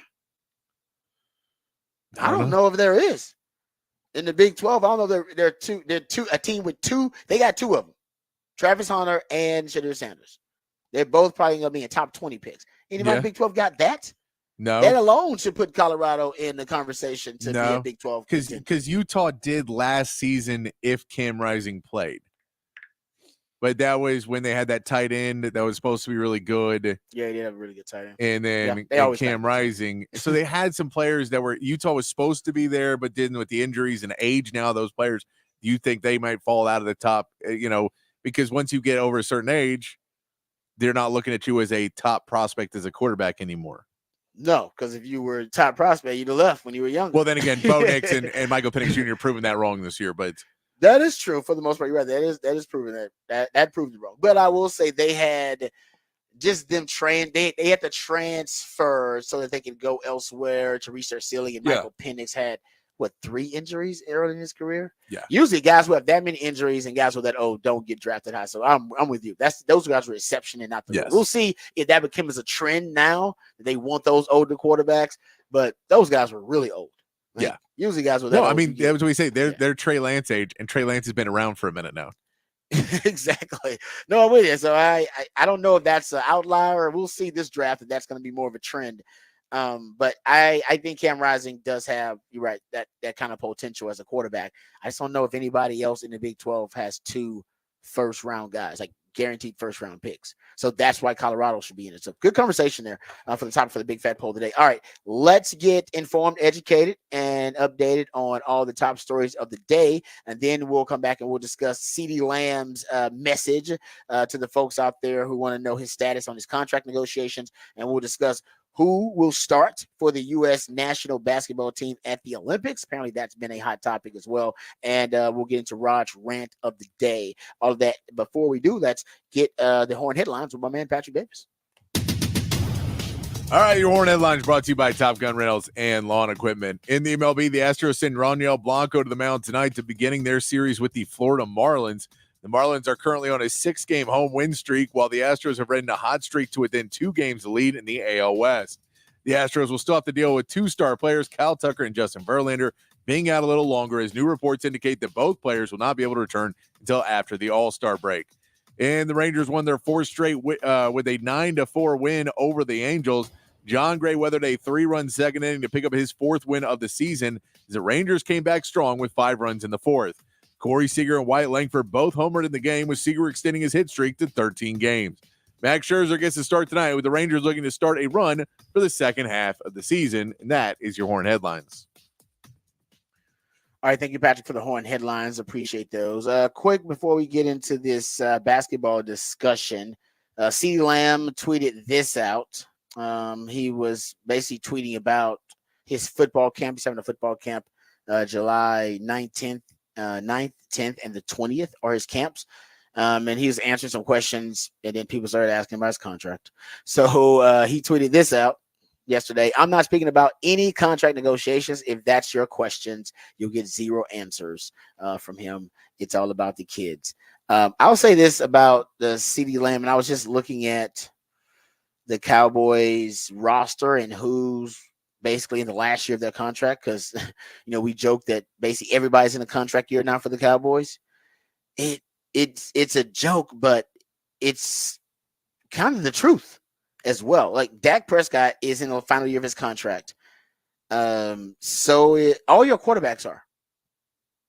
Yeah. Trey Lance and Cooper Rush are all your quarterbacks are in the last year of their contract. Like all your quarterbacks. That, I don't know if any other team in the NFL has that situation where every first, second, and third string quarterbacks are all in last year, final year of their deal. That is kind of wild. That, I don't know. That's weird. They're going to pay Dak, I believe. I don't think this thing is going to go past Oxnard and training camp without Dak getting paid, and he will get his $60 million because he's coming off an MVP caliber season, the best season he's ever had. If you're the Cowboys, I don't see how you pivot now and pivot to a rebuild. That's crazy. But hey, I don't know if crazier things have happened, but right now I'll admit this is bizarre the way they are handling this. It's bizarre, but I just don't see it getting stranger and them letting Dak play out the last year on his deal. So all the quarterbacks are in the contract year. Basically, your two top running backs are in the contract year. Zeke and Rico Dottle. They're in their last year of their contract. CeeDee Lamb and Brandon Cooks, wide receivers 1 and 2, are in the last year of their contracts. And Zach Martin's in the last year of his deal. And you don't really know what you're going to do about Zach Martin. So quarterbacks 1, 2, and 3, running backs 1 and 2, wide receivers 1 and 2, all in contract years. But DeMarcus Lawrence also, don't forget about him. He's in the contract year, and that kind of makes sense. He's toward the end of his career. And then Jordan Lewis is another guy that's in the contract year. He just want to get all. Oh, and don't forget about Mike Zimmer.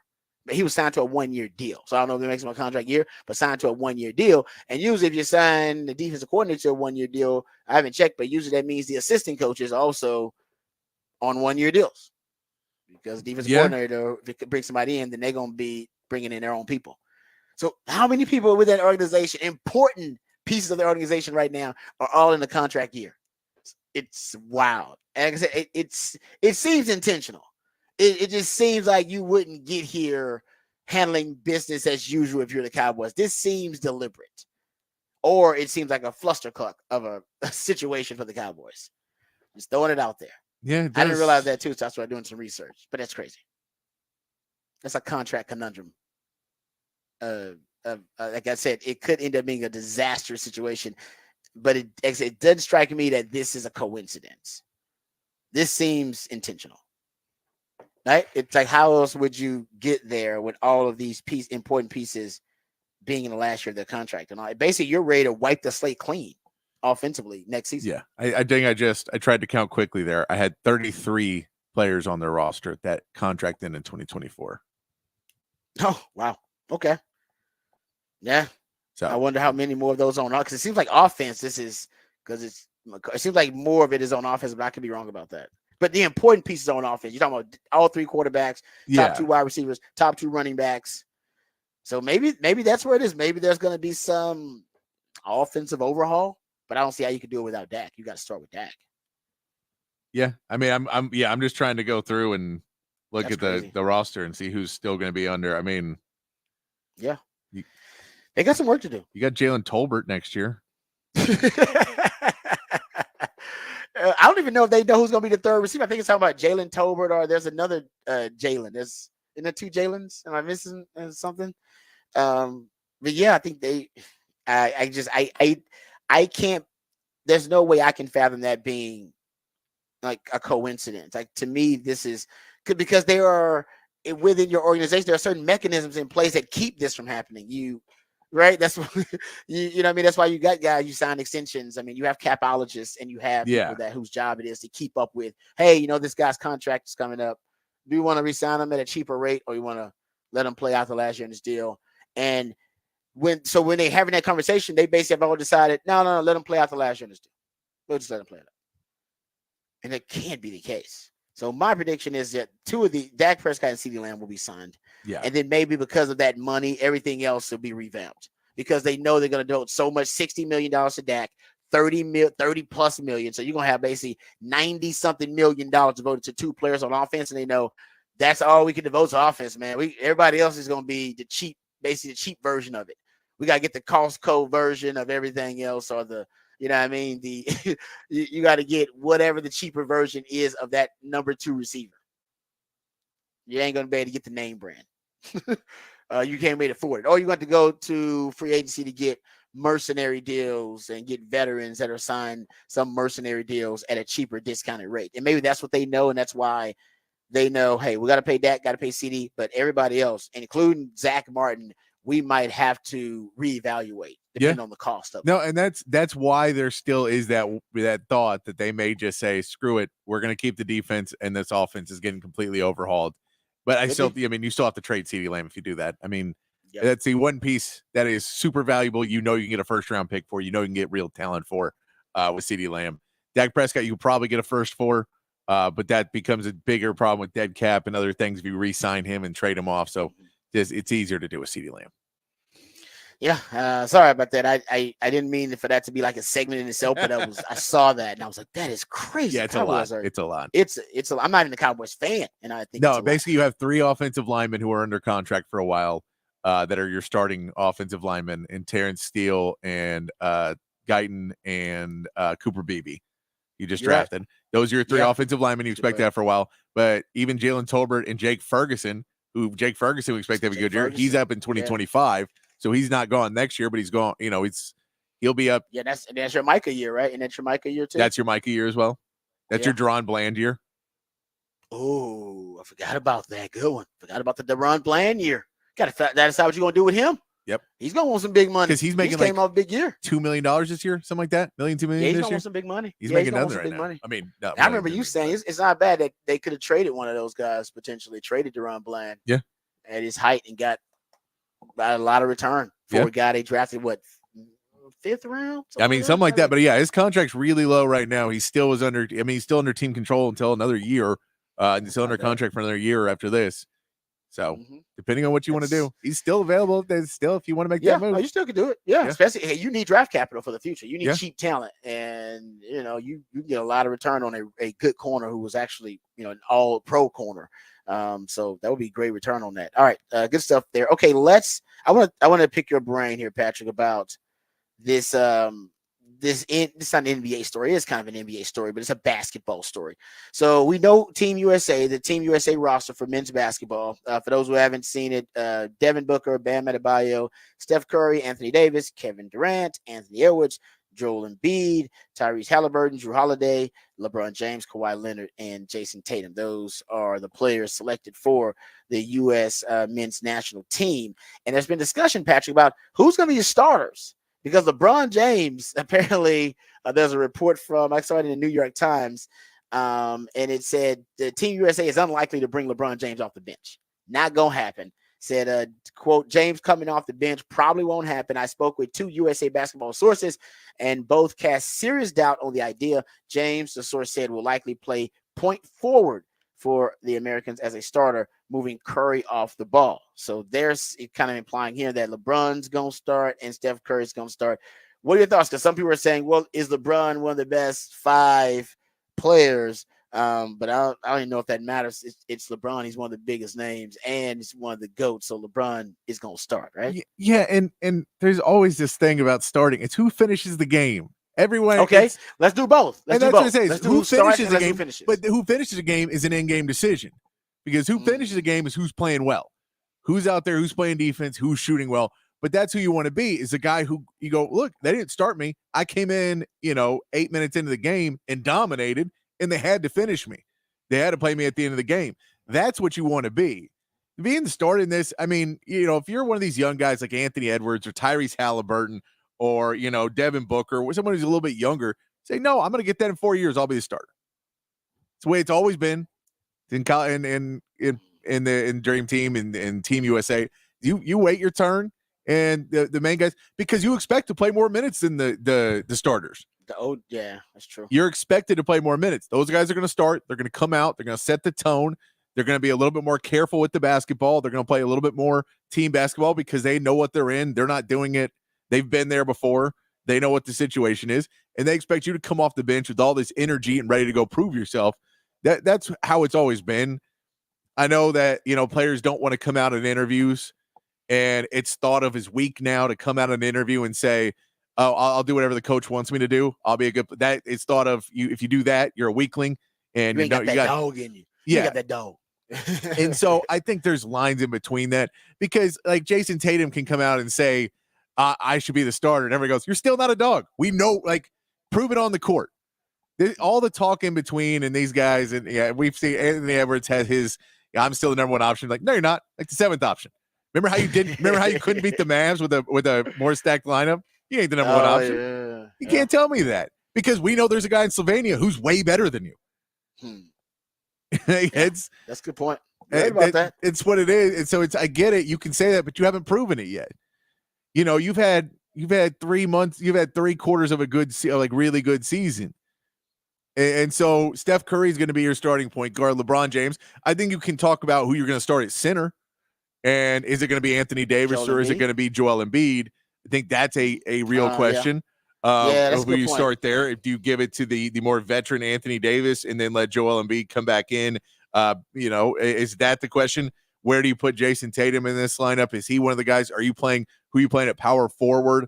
Are you starting two bigs, or are you going to go a little bit more small ball? You probably put Kevin Durant there in the 4. I was saying the KD start, yeah. You put KD, and so then you go, okay, what's the rest of the lineup about a now? healthy Kawhi? Does a healthy Kawhi start? A healthy Kawhi could start, but then again, you're going really big. You're going like all 3 wings basically at that. Yeah, so you go true. Steph That's Curry, LeBron James. There's a point for it. Okay. So you could, I mean, if Kawhi Leonard's healthy and he wants to go in there and play with a smaller guard, you could go with him. Yeah. But I don't know if there's. I know the young guys don't want to come out and say I'm okay taking the back seat, and I think the reality is just let me get my time in the game. That's all I care about. Would I rather start and play 10 minutes, or would I rather come off the bench and play 30 and dominate for 30 and show? And then everyone talks about who won the Olympics. It's going to be the guy who goes out there and plays the best. Okay, so you're basically that's a good point though about it too. So you're saying the guy who closes the game, that's more the seniority is going to get the guys to starts basically. Yeah, LeBron said that's the seniority who closes out the game. So who are their best 5? Is that based on the matchup, right? Is that based on, they got a big man they can score, or they got a perimeter guy that's lighting you up? Like does that determine it? Yeah, and it matters if you're playing defense on them. Because, I mean, you can see Drew Holiday in some of these games exactly. late. Yeah, I totally agree with you. It's like, hey, man, this dude on the perimeter, man, he's giving us some problems. Like, put Drew again, you're playing a guy like Luka Doncic. Who you going to – why would you not put a guy who just played him in the NBA Finals and gave him fits? Yep, totally agree with you. And so I think that, there is matchup, but it is. It's always in basketball. People freak out a lot about who the starter is, and it's this big role, and I get – there's money involved in it down the line. And if you're on your team, you don't want to be coming off the bench unless there's a great reason for it. You're on Team USA. Someone's got to go on the bench.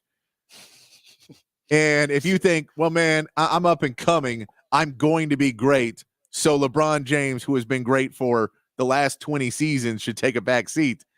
Then what are you going to do when it's your turn? Yes, right. Are you going to take point. No, because you're going to go out and fight for it? I get it. I'm fine with you fighting for it. But at the same point, those guys are not going to bow down either. You just say, I'm going to go out there and prove I'm going to play more minutes than him probably. LeBron doesn't want to play.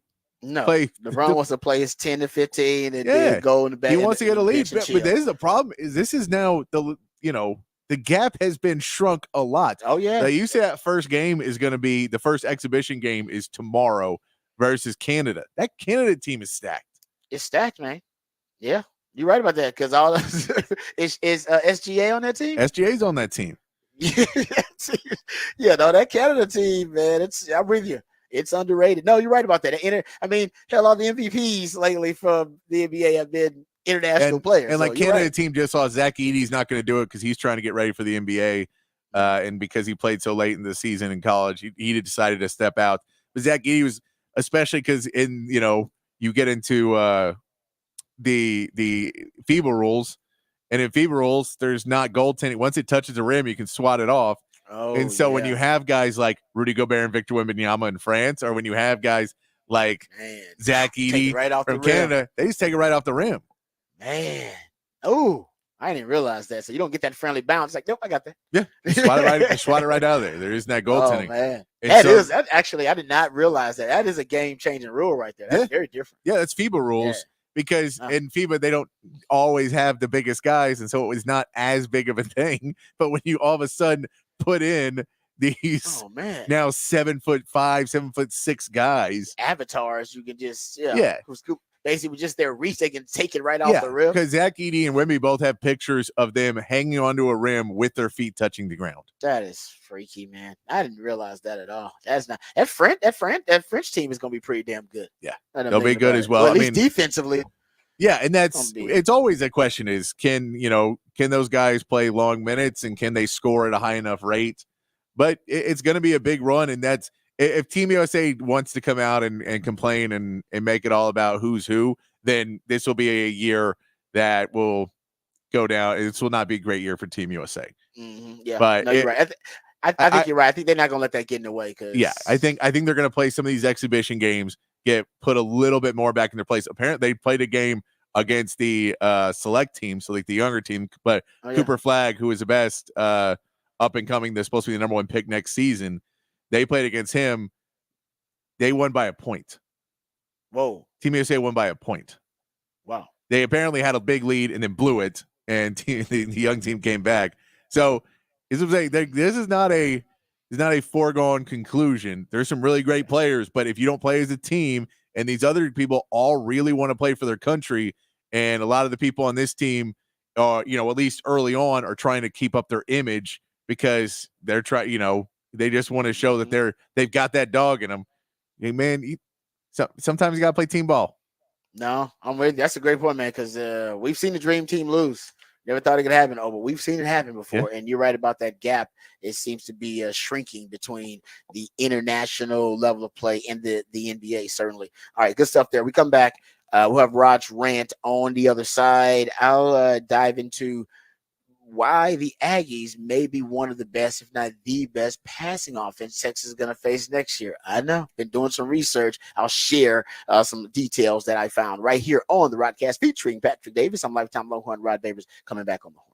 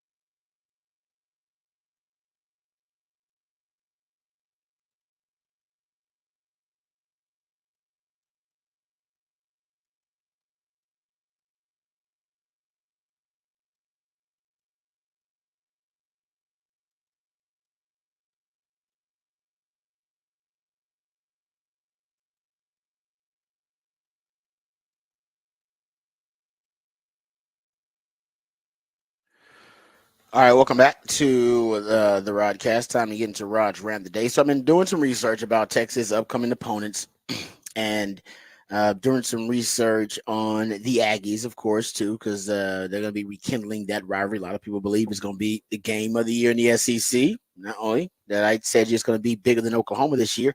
Darren Jeremiah agreed with me, and so did Paul Feinbaum. He said it'll be the game of the year in the SEC. But I was doing some research about their passing game, and I remember I told you guys that not only the metrics, the advanced metrics, but some of these projections and some of the advanced models for Pro Football Focus and some other data science platforms, they think Connor Wegman is going to be really good. And they're not the only ones. Remember, Matt Miller had his way too early 2025 draft, and he had Connor Wegman going to the Rams, right, at 19th overall in the draft. Got him as a first round prospect. And I told you guys that, some of the, like I said, the analytical models, when they extrapolate, because he's only played like, I think, 7 games or something like that. When they extrapolate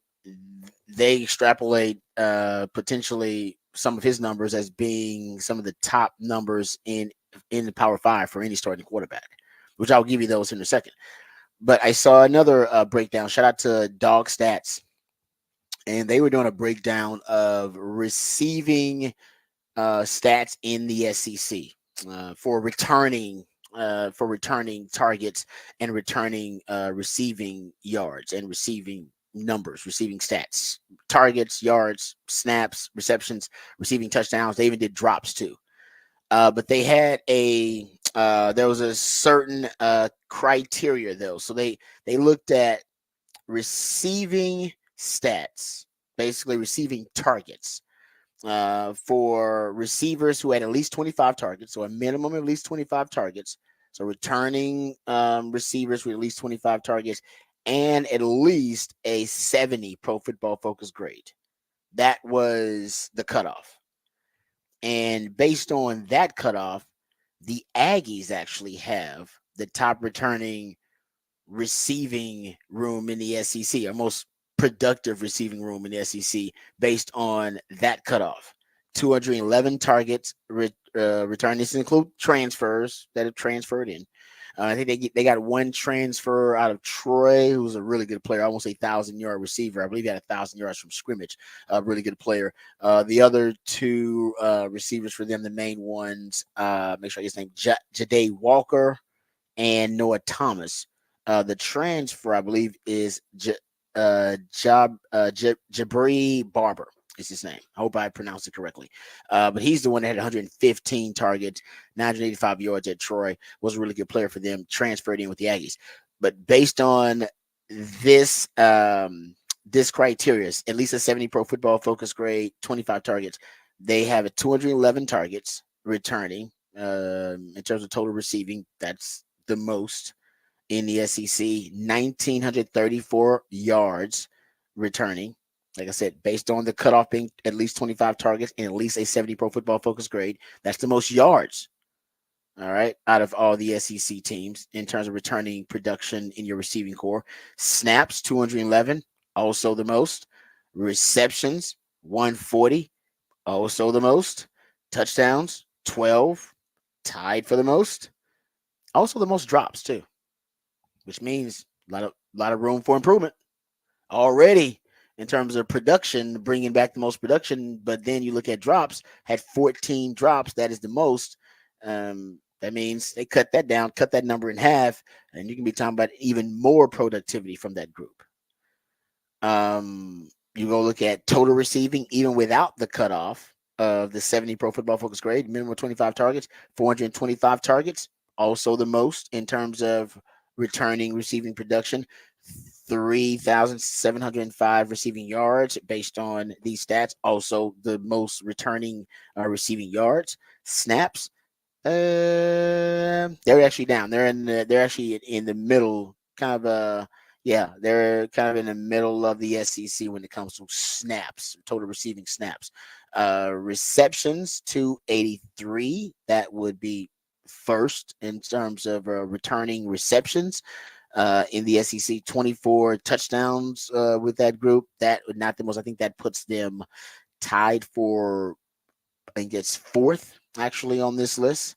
And drops overall, total receiving, they have the most drops in the SEC too.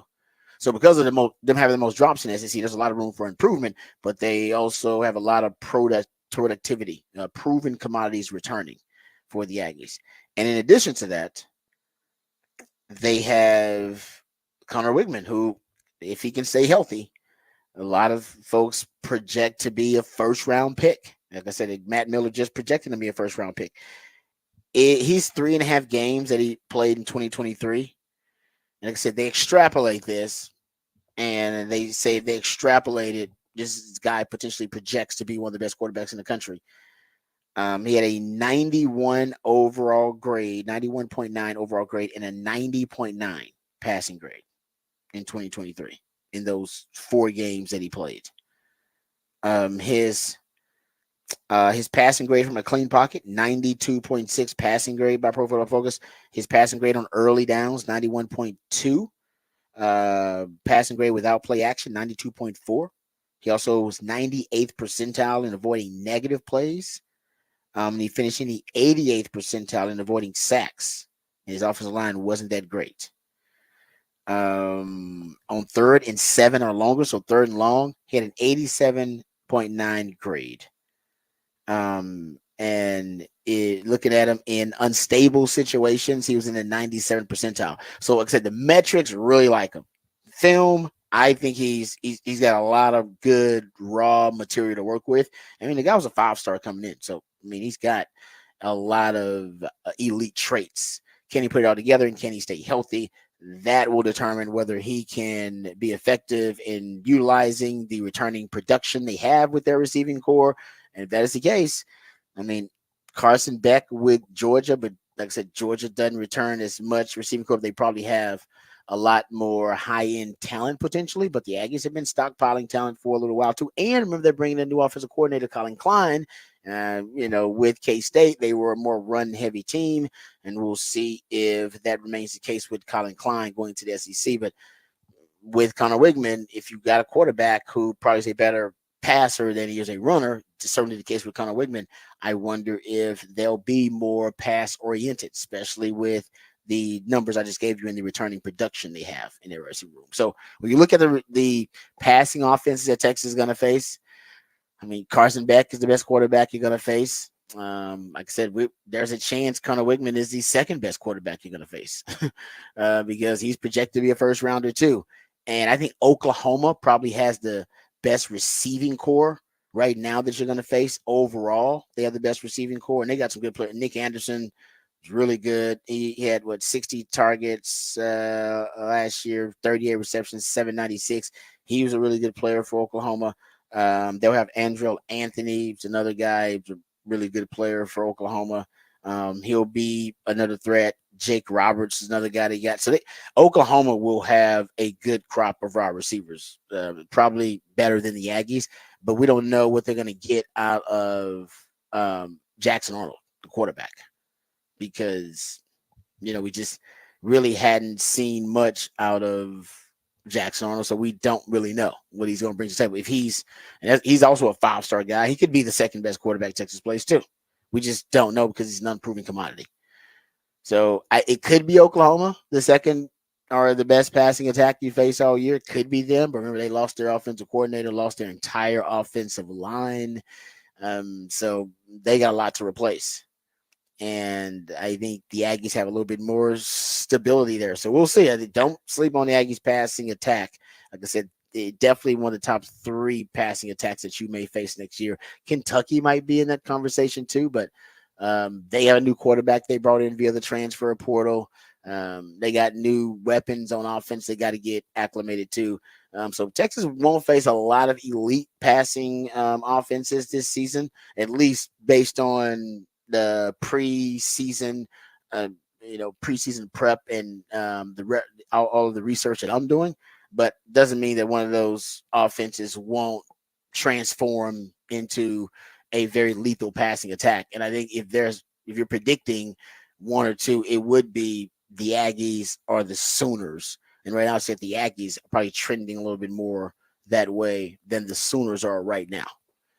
And remember, Georgia doesn't really want to be that. And the Todd Monken is kind of a admirer of the air raid offense. So Todd Monken will spread it out. Now he's with Baltimore and he'll spread it out. But that's not really what Georgia wants to do. Georgia wants to be real balanced, and Georgia wants to pound you into submission at times too.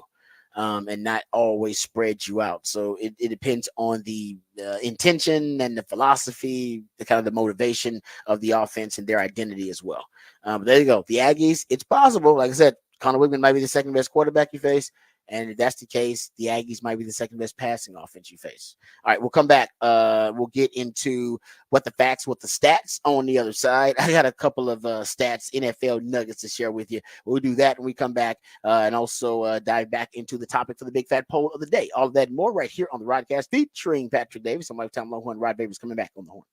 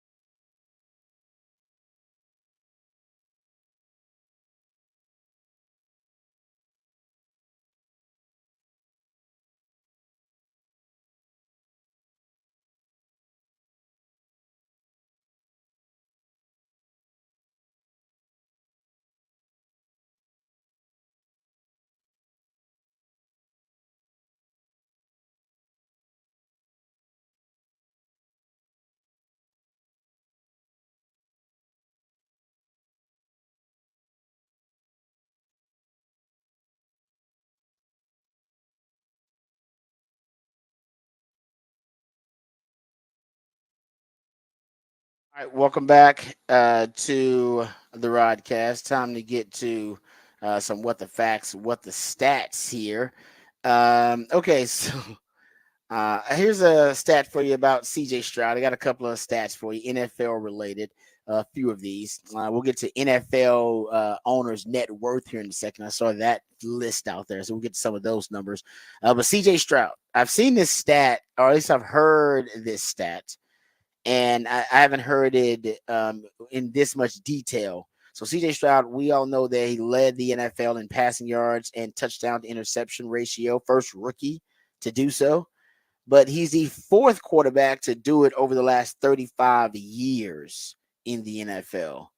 And the other three are Tom Brady, Peyton Manning, and John Elway. The other three quarterbacks to lead the NFL in touchdown interception ratio in basically to do it in the last 35 years. Neither one of those quarterbacks, though, did it in their first 7 years. Brady, Manning, or Elway, they didn't do it in their first 7 years. It took them at least 7 years to get to the point where they can lead the NFL in passing yards and touchdown interception ratio. And CJ Stroud did as a rookie. Fourth one to do it in 35 years. It's pretty impressive there. It is. Yeah, it is, man. Yeah, like I said, his second year, if he takes a leap, then good Lord, what is it going to look like? You know what I mean? Like, what is a leap from that? I mean, that's already numbers that kind of argue he's a top 10 quarterback, period.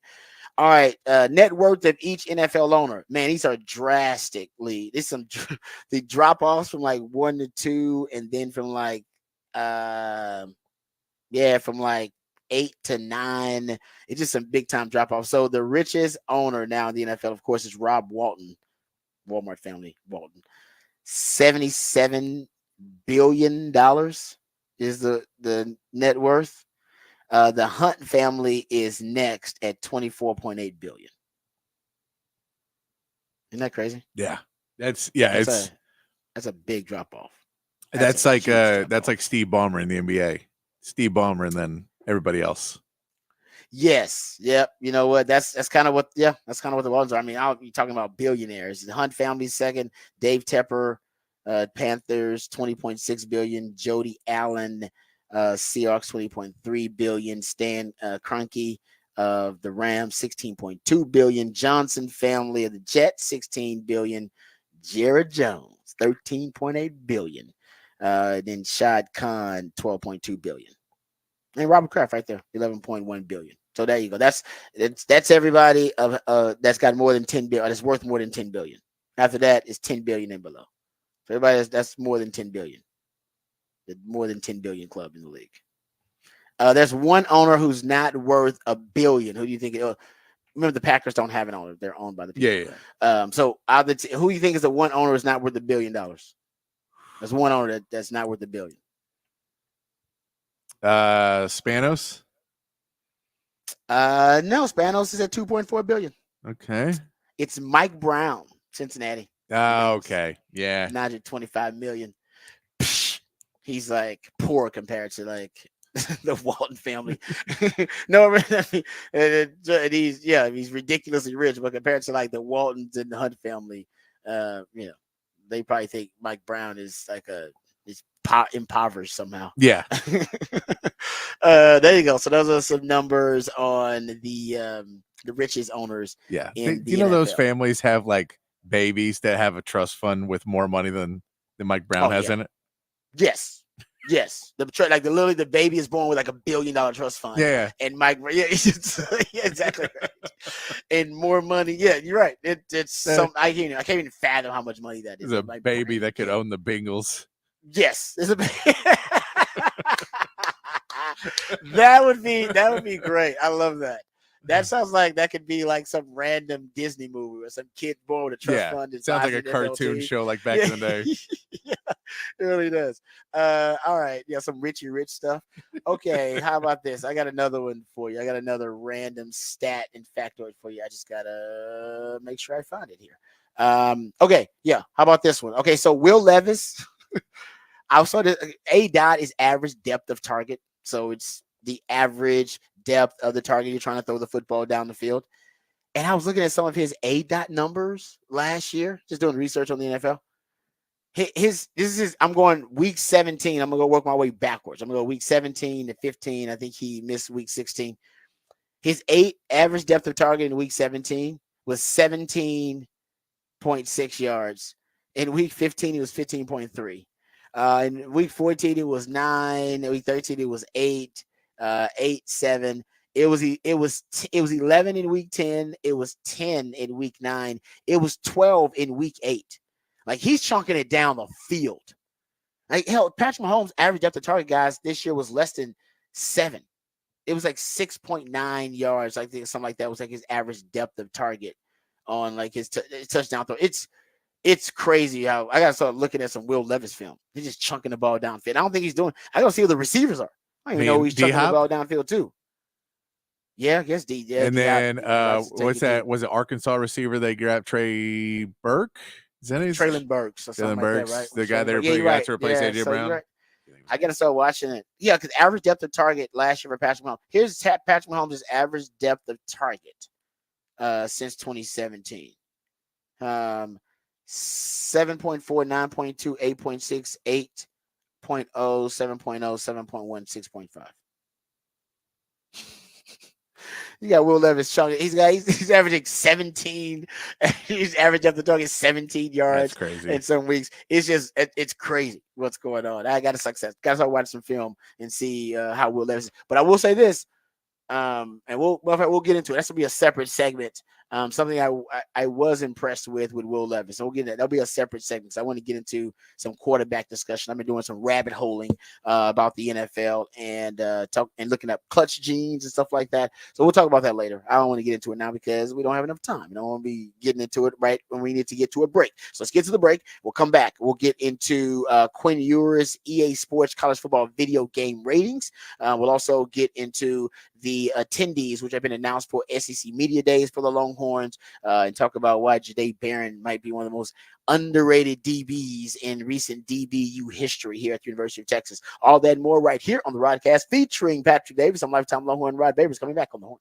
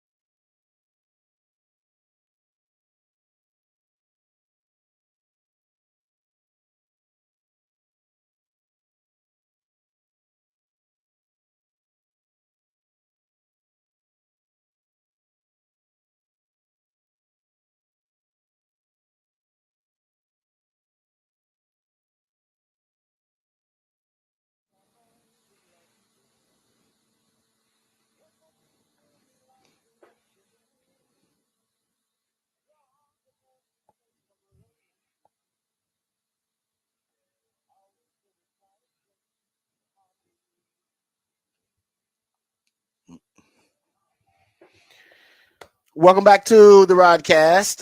It is a top of the charts Tuesday. That's when my co-host Patrick Davis, the Idealionaire, he plays jams that reach the top of the Billboard charts on this day in history. So we appreciate him and all of his efforts and energy and creativity for all the musically themed days of the week. Also, we appreciate Patrick coming up with the topic for the big fat poll of the day. This one has been quite the conversation starter. Patrick, let the folks know what the topic is for the big fat poll of the day. Big fat poll of the day today. Who will win the Big 12 this year? We've got that up on the Horn ATX on X right now. Utah running away with it. Utah getting a ton of votes. We've got a comment that the Cyclones should not have left the Cyclones off. They thinks it's not even close to the Cyclones will win it. K-State is third, really? Oklahoma State second, and Colorado with 2% of the vote. I was saying think about our people just hate Deion and hate Colorado. But I'll say this about Iowa State. Matt Campbell is, I don't know, at least recent history has proven he's a better coach. He's a better coach with doing more with less. When he was when he had his most talented team, when he was coaching that team with Brock Purdy, Breece Hall, Charlie Kohler was a tight end. Yeah. He had another tight end that played. I mean, they were loaded on that team. They were loaded, man. That team was really good. And everybody was people were projecting and predicting they would make the college football playoff. And not only win the Big 12, they make the playoff. That team underachieved. Like it was, Brock Purdy regressed. And look what Brock Purdy became after he left. Like the whole team regressed, and I know they ended up beating Texas in one of those teams. So don't throw that in my face. I get that, but that team was capable and was predicted and projected to be one of the best teams in the country, and they underachieved because ultimately Matt Campbell's one of those coaches, and I think Tom Herman's got some of this in him too. Some coaches, they are better as underdogs, and they're better with doing more with less. And when you give them more, somehow they do less with it. You know what I mean? It's weird. He just went, and Tom Herman was kind of like that too. Tom Herman was great as the underdog. Remember him as the underdog? Remember Texas' record with Tom Herman as the underdog? He was awesome. And then when Texas was a favorite, when they were expected to win, sometimes Texas would underachieve. When they were expected to win, he had a tough time coaching his teams to win the games they were supposed to, but they were always ready to win the games when everybody counted them out. And it's always kind of in the psychology of their coaching. I think there's some of that in Matt Campbell. To the point of the person who made the comment on X, they may be right because nobody is expecting anything at Iowa State right now. Yeah, and that's usually when they are at their most dangerous. When everybody predicted them to be a college football playoff contender and win the Big 12, I don't know. That team won like 7 games or something. That team horribly underachieved considering all the talent. Breece Hall in the league now, and that's the most talented Iowa State team they ever had, arguably. Yeah, like ever. No, they definitely did. But that's kind of the question right now that I was talking to some Alabama people, and that's the question with Kalen DeBoer. Is Kalen DeBoer, can he coach all the 5 stars and big talent at Alabama, or was it the fact that he constantly had underdogs and was able to push teams that weren't supposed to be the champions and weren't supposed to be these great teams to be great? And he's done it over and over and over again. But now he has finally gotten to the point where he's got the best players. Is he going to be able to keep winning at Alabama? Yeah. Some people, that's something I've brought up with about Kalen DeBoer too. I agree, but I think he's got a better chance than just because of where Nick Saban left the program and they literally were in the I agree. I think he will. I'm just saying if we're talking about coaches that have had that, the one that we're going to watch this season is Kalen DeBoer, of coach who's been extremely successful in underdog situations and now is no longer the underdog. But I guess he's going to say he is because they're projected to finish, 3rd or 4th in the SEC this year? Yeah, he's going to use that following Nick Saban. He's going to use it. Kane DeBoer is such a damn good coach. But yeah, I agree. I think that's why he's proven he's a good coach, because he's been able to do more with less. Washington didn't even have, not even 50% of that roster were blue chip players. They had almost as many 3 stars on that roster as blue chip players. I mean, that's just something you don't even see. They were close to being, as close. They were close to being 50% of their roster being like 3-stars.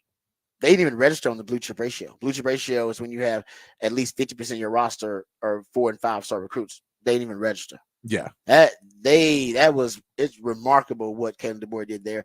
But he's been doing that everywhere he's gone. I mean, he's just been a guy that wins everywhere he goes. But yeah, I mean, it's one of those things. Like I said, you're right about Iowa State, though. I'll agree with the person about that. I've always said it about Matt Campbell. That's when his teams are at their most dangerous, when nobody is thinking. Even last year, I want to say, didn't they make a bowl game last year? Was that last year or 2 years ago? Nobody expected to make a bowl game. That was last year.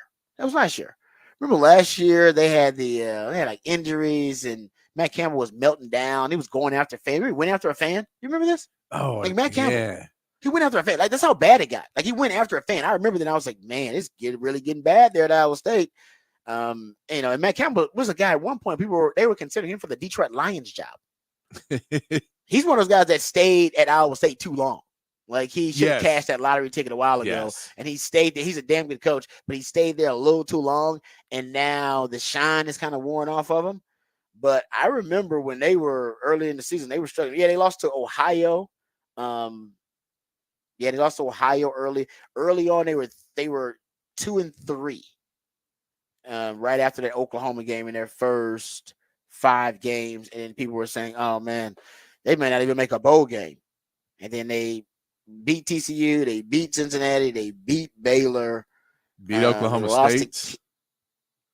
Yeah, you're right. Beat K-State. They beat Oklahoma State. I forget. I didn't even look. Yeah, you're right. So I mean, when everybody counts them out, when nobody's looking at them, that's when they make the most noise. So the person who brought that up, they may be wrong to something there. I haven't looked at Iowa State this season though, but I do love me some Matt Campbell, and I love John Haycock. Yeah. I think John Hancock's one of the best defensive minds in all of college football. All right, good stuff there. It's time for the Big Fat Poll today. Go let it be known who you think's going to win the Big 12 with Big 12 Media Days happening down there in Las Vegas. I chose Utah, but Utah and Oklahoma State are my picks because they are 2 of the 4 teams, and Texas is also in this category along with Ole Miss, who return head coach, OC, DC, the strength and conditioning coach, special teams coordinator, and a multi-year starting quarterback. And I'll take Utah and I'll take Oklahoma State on that one. And Gundy's just a hell of a coach. All right, we've got to get into a Quinn Ewers discussion. We'll talk about Quinn Ewers and his EA Sports college football video game rating. And we'll also talk about the attendees who have been announced for Texas, representing Texas at SEC Media Days. We'll get into both of those topics. But first, let's get updated, educated, and informed on all the top stories of the day with Patrick Davis and the Horn Headlines. All right, your Horn Headlines brought to you by Top Gun Rentals and Lawn Equipment. In the MLB, the Astros send Roniel Blanco to the mound tonight, beginning their series with the Florida Marlins. The Marlins are currently on a 6-game home win streak, while the Astros have ridden a hot streak to within 2 games of the lead in the AL West. The Astros will still have to deal with 2 star players, Kyle Tucker and Justin Verlander, being out a little longer, as new reports indicate that both players will not be able to return until after the All-Star break. And the Rangers won their 4th straight with a 9-4 win over the Angels. John Gray weathered a 3-run second inning to pick up his 4th win of the season, as the Rangers came back strong with 5 runs in the 4th. Corey Seager and Wyatt Langford both homered in the game, with Seager extending his hit streak to 13 games. Max Scherzer gets to start tonight, with the Rangers looking to start a run beginning the second half of the season. And that is your Horn Headlines.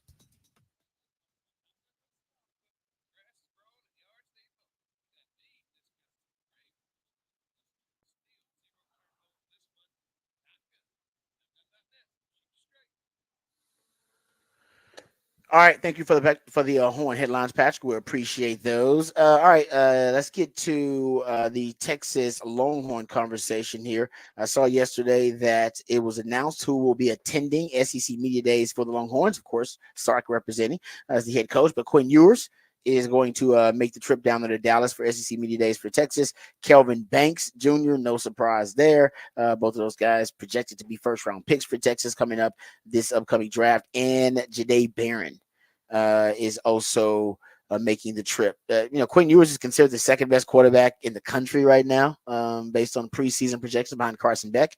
Also, Kelvin Banks is considered one of the top 2 tackles offensive tackles in college football right now. It's he and Campbell from LSU, I think, are in that conversation. Matter of fact, the Matt Miller way too early draft that we just saw early last week. Yes, he had Kelvin Banks going 5th overall, had him ahead of Will Campbell, actually, as the first tackle taken in the draft. He had Quinn Ewers going 10th overall in the 2025 mock draft for him. Third quarterback taken behind Carson Beck, going number 1 overall, and Shadur Sanders going number 2 overall. So, I mean, makes sense. That's a no-brainer. Quinn and Kelvin Banks. Jahdae Barron, to me, also a no-brainer. I think people really underestimate Jahdae Barron. And, last season, there was, I think, a drop off in his consistency as a player. But still, last season, he led the Big 12 DBs in yards per coverage snap, 0.2. And he led in defensive stops in coverage with 17 and allowed 0 touchdowns. So even though he wasn't as consistent as he was, and I think wasn't as impactful as he was in 2022, he still was really solid and really good. And he was dealing with some injuries, so it was a little inconsistent. But the truth is, his 2022 season, it was just one of the best seasons I've seen from a Texas defensive back in the last 10, 15 years at DBU. And I know I'm not exaggerating here either. I got the numbers to back it up. His coverage grade up until that point last season was 82. He had a 64 passer rating allowed in 2022, 0 touchdowns allowed. He was the only DB since 2000 to register double-digit tackles for loss, fumble return for a touchdown, and an interception return for a touchdown in the same season. He led the Big 12 in defensive stops that season with 36. Also led all Power 5 defensive backs in stops and pass coverage with 24. Wasn't even all conference, which still don't understand. He also was great at blitzing. He ranked 2nd among Big 12 DBs in pass rush grade that season, and was one of just 3 DBs in the conference to register multiple sacks. He ranked 5th among Big 12 DBs, allowing just 3.75 yards after the catch per reception, and led all Power 5 DBs that season in 2022 in yards per catch in coverage, which is 5.6 yards per catch allowed in coverage. Of all the DBs in the Power 5 that were targeted more than 40 times in slot coverage last season, he was the only one to allow fewer than 5 yards after the catch. Sorry, this is 2022 in that season, to allow fewer than 5 yards after the catch per reception and 0 touchdowns. And my favorite stat that I found, he was the first Texas defensive back to have at least 11.5 tackles for loss in the season since 1978. I had to go back to Ricky Churchman to find a Texas DB that had that many tackles for loss in the season. You just don't see it like he had in 2022. He was also top 10 in havoc plays per game among Big 12 defenders. Like havoc plays period per game in 22. I have no idea how he didn't make all conference that year.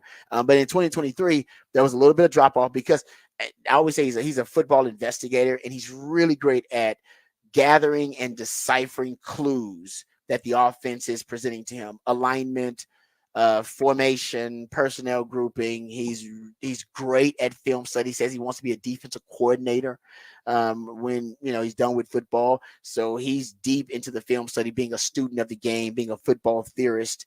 And when he gathers these clues pre-snap, the formation, the personnel grouping, the alignment of the receiver, who he's facing, down, distance, he's able to process them really quickly and then narrow down the possibilities of how the offense is going to try to attack you. And in addition to that, because I used to do that too, I went through that same process, so I recognize it in him myself. But he's got something that I didn't have. But he's got a lot of things I didn't have. He got better hands, number one. But he doesn't have fear. I played with a proper amount of fear. Because when I would narrow down the possibilities of how an offense wants to attack me, and I'd narrow it down to 2 or 3 plays, fear would keep me from totally acting and going all in on that guesstimation, right? I would think, okay, so they're gonna out of this formation, this down and distance, they like the double slant. But what if they go slant and go? Or what if it's a slant 6 route, or what if they give me with a whip route and they act like they're going to slant, they go out and I go underneath and the guy's wide open. I would, so I'd basically, I think the worst case scenario oftentimes. Yeah, you would often give them too much credit. I'd give them too much credit, but also like I said, what if I was wrong? I didn't give myself enough credit is what it was. What if I was wrong? What if I'm wrong and me making this, this guess, and what if I, miss it and I cut it shoulder and the quarterback throws it to the upfield shoulder and I'm underneath and the guy runs for, an explosive play. I would think worst case scenario. So that fear would keep me from totally jumping that route or acting on all the information that I had gathered, all the data that I had gathered, all the intel. He doesn't have that fear. He doesn't operate with fear. He's a fearless defender. He's a fearless football investigator. And that, I think, is what helps him, collapse on those wide receiver screens and get tackles for loss when he sees, a running back swing screen or a smoke route boy wide receiver or any quick game. He acts without any fear and no hesitation. And that I love about his game. But, and I said this in 2022, I said it's going to get him in trouble because at one point, coordinators, play callers, and play designers alike are going to look at how aggressive he is, and they're going to use that aggression against him. And that's what they did in 2023 toward the end of the season, whether it be TCU or whether it be Oklahoma State or even Washington. They would present him with false keys. He's so great at deciphering clues and acting on them. Let's give him false clues. Let's give him false keys. Let's give him counter keys. So they use double moves. They use out and ups. They use stalk, block, and go, and all of these things that test his eye discipline, all right, that occupy his eyes in different ways. And at times he would fail those tests. I think now he is going to evolve his game to put some safeguards within his game. So when you are going to take those chances like he does a lot and act on your investigative, all right, your investigative techniques and deciphering all these clues, you can still jump that route, but why don't you jump it on the outside or the upfield shoulder instead of jumping it and cutting underneath it, right? There are ways that your technique and your fundamentals will safeguard you against giving up the big play in case you are wrong or in case, it's flawed logic, whatever you were thinking. So I think that's what he's going to have to pretty much infuse in his game, and there's no doubt he will. And that'll make him a much better player in 2024. But I don't want him to lose that fearlessness. That's what got him the pick in the Alabama game. This is why Sark loves him. He got the pick in the Alabama game. Even he said it. He said, I baited him. I went back and looked at the transcript of his post game, and he says clearly, I baited him when he was talking about Jalen Milroe. And Jalen Milroe throwing that pick to him and what he was looking at. Here's the quote here. He said, yeah, I kind of baited him. He said, I wrote down in my notebook that week after watching film steal on that particular concept. He said he didn't expect Alabama to run the play so early, settling and setting up Jalen Milroe and offensive coordinator Tommy Rees. But he said, yeah, I kind of baited him. I knew they were going to run their play. He thought they were going to run it late in the game. Essentially, the quarterback's reading him. They line up with 3 receivers to that side, counting from the outside in. Number 1 runs the 9 route. Number 2 and 3 run quick outs.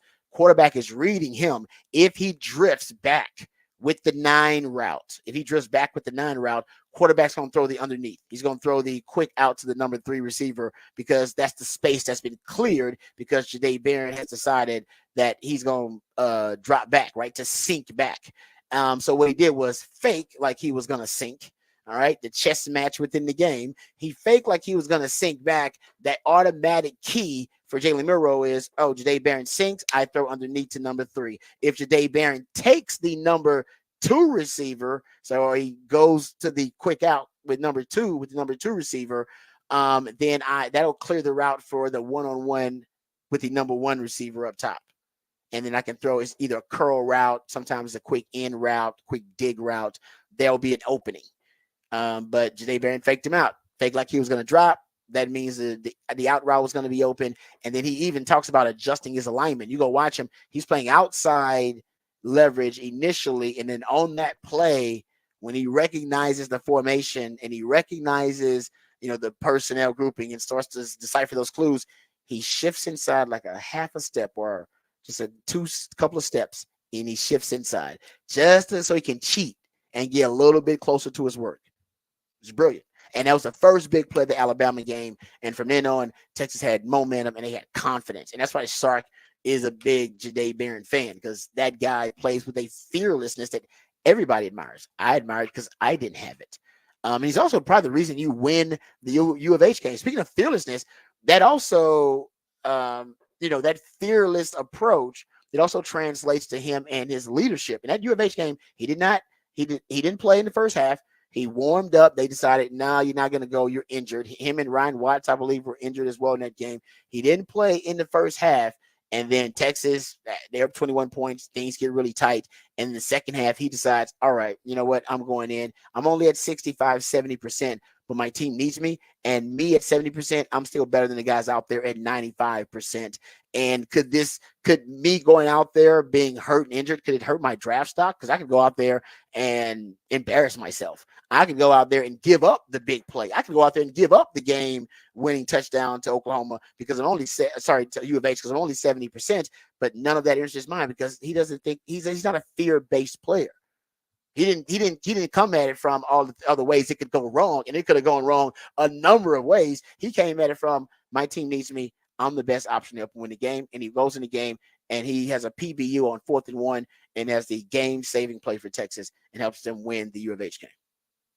Because he didn't operate from fear. If he didn't operate from fear, he'd have been like, well, I go in there, I may re-injure myself, then I'm out for the season. I could go in there and give up the touchdown because I'm hurt. That guy's 90%, I'm 70%.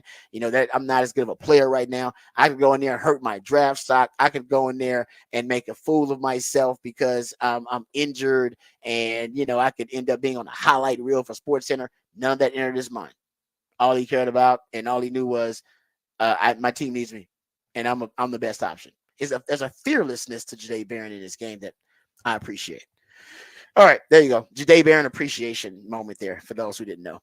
But also Kelvin Banks. Kelvin Banks is just a stud. Remember his freshman year where he played 4 first-round wide? They were drafted that year. He played Texas Tech, and there was a Key Smith, I believe is his name. I could get that wrong.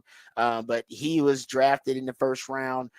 They had Anudike Uzoma was a first-round pick. Will Anderson was a first-round pick. I believe it's Will McDonald from Iowa State was a first-round pick. The guy faced 4 first-round picks that year and allowed 1 sack to all those guys. So he's been a stud ever since his freshman year, and no surprise that he'll probably be one of the top 2 tackles taken off the board. And Quinn Ewers, and we know Quinn is one of the top 2 quarterbacks in the country, came out as one of the highest rated recruits in the history of modern recruiting. And we'll get to some of his actual evaluation from Darren Jeremiah. He's doing evals for the 2025 draft, and he did his Quinn Ewers breakdown. It's at NFL.com. We'll give you some of the tidbits from that coming up. We go behind the burnt orange curtain. But his EA Sports video game rating leaked out yesterday. So here are the details from his EA Sports video game rating that leaked out. And I don't think these are all the details, but these are some of the main details. So his overall score is 92, pretty damn good. Probably won't be the highest score in the game. I wonder if it'll be the highest rated quarterback. Maybe Carson Beck will be a little bit higher. Maybe Shadur Sanders will be higher. He's got 81 speed, a little bit higher the speed than I thought, probably based on last year and his ability to scramble a little bit more than people expected.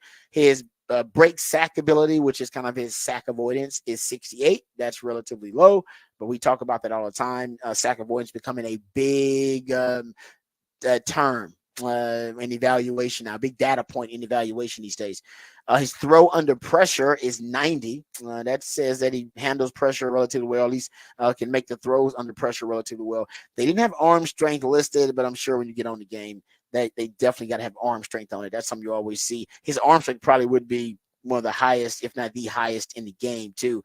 I also saw on the game, they have all the celebrations listed now that you can go through as a player. So here are some of these celebrations I don't even know what half of these are. So there's the touchdown celebrations are um, here you can do your vibes. Not really sure what that is. Shoot the arrow. I know what that is. Yeah. Jacked. I'm not sure what jacked is. I would. Ice in my veins. I know what that is. That's Is the Jack ice like you do. flexing thing? Maybe. Yeah, maybe that's it. Maybe jacked is like I'm jacked up kind of thing. Okay, that. There's a tiger swag. I don't know what that is. That might be like some LSU thing. I can't hear you. We care to the crowd. I think when you score a touchdown, you can do it. I can't hear you. Strike a pose. Okay, can be self-explanatory there. Touchdown. Who cares? All right. There's the cross up. I think that's a little dance that some of the guys do. I could be wrong about that. So TD, another touchdown celebration. It's time, so you can kind of point to your watch there. You can do the head swag. Grabs the head swag. The wave goodbye. Pretty simple. There's also the little baby. I imagine that's kind of when they rock the little baby. That's my guess. Like the football. TD, someone says on his head, I guess is another celebration that you could do there too. Put him to sleep. Oh, yeah, I've seen this one. I think this one they do the sleep motion. Put him to sleep. Point to fans. You can just point to fans. You can come at me, bro. I guess that's I don't know. You're just kind of patting that. Come at me, bro. Whatever. There's a mic drop. You can do that celebration. There's this is only for Colorado. Colorado only. Salute or show the ice. So I guess because I think he wears jewelry sometime in the game, so you can like show the jewelry that you're wearing in the game. If you're Shadur Sanders, pretty good. He's got his own. That's like y'all think Colorado was gonna be good, guys. They got their own damn celebration in the game. Colorado only. They didn't make a bowl game last year. They got their own damn celebration in the game, guys. They gonna make them good. That's why they're a top 20 team in the game. Come on, man. They know y'all want to play with them. First down celebration. They got to signal it. They got to touch them up. They got to jack. So I think you're right. Jack must be like flexing. First down celebration. A shake it off. They got an interception celebration. Wave goodbye. Interception. Why you throwing my way celebration and a strapped interception. Oh, there's also head swag interception celebration. So they got the celebrations down. You got a lot of different celebrations you can do. There you go. But no horns down. Remember, no horns down in the game. But still, I think it's stupid. Don't make any sense at all. Horns down should be in the game because it's a part of college football. What are we doing here, man? What are we doing? Like that makes no. They did, and they were on the preview. They did a preview video on social media, talking about how realistic the game was and how realism was their top priority, emphasizing realism and how realistic things have to be. I'm like, and you didn't want to put the horns down there. You're talking about realism? Like, what do you? It's every time Texas plays, and they play. It was Texas and Michigan. They used a Texas Michigan preview and didn't even show the horns down at all. I'm like, that's not realistic then. When Texas plays Michigan, it's gonna be horns down all over the damn place, everywhere. It's crazy. So anyway, I know Longhorn fans. What a strange world we live in, where Longhorn fans now have to advocate and argue for horns down to be more prominent. It's like, what world are we living? How do we come here? How do we get here? Where now me, a diehard lifetime Longhorn who bleeds the burn orange, sweat, tears, and blood, all right, gave it all up for this program, and yes, offended by the horns down. But at one point, I was penalized for doing the horns up in a game. That is a true story in the Tulane game. How did we get here where now Longhorn fans are advocating and arguing for the horns down to be put in the video game? Strange times. Strange times. Well, no one likes being called soft. You're just trying to call us soft. And we're like, we ain't soft. You're making us soft.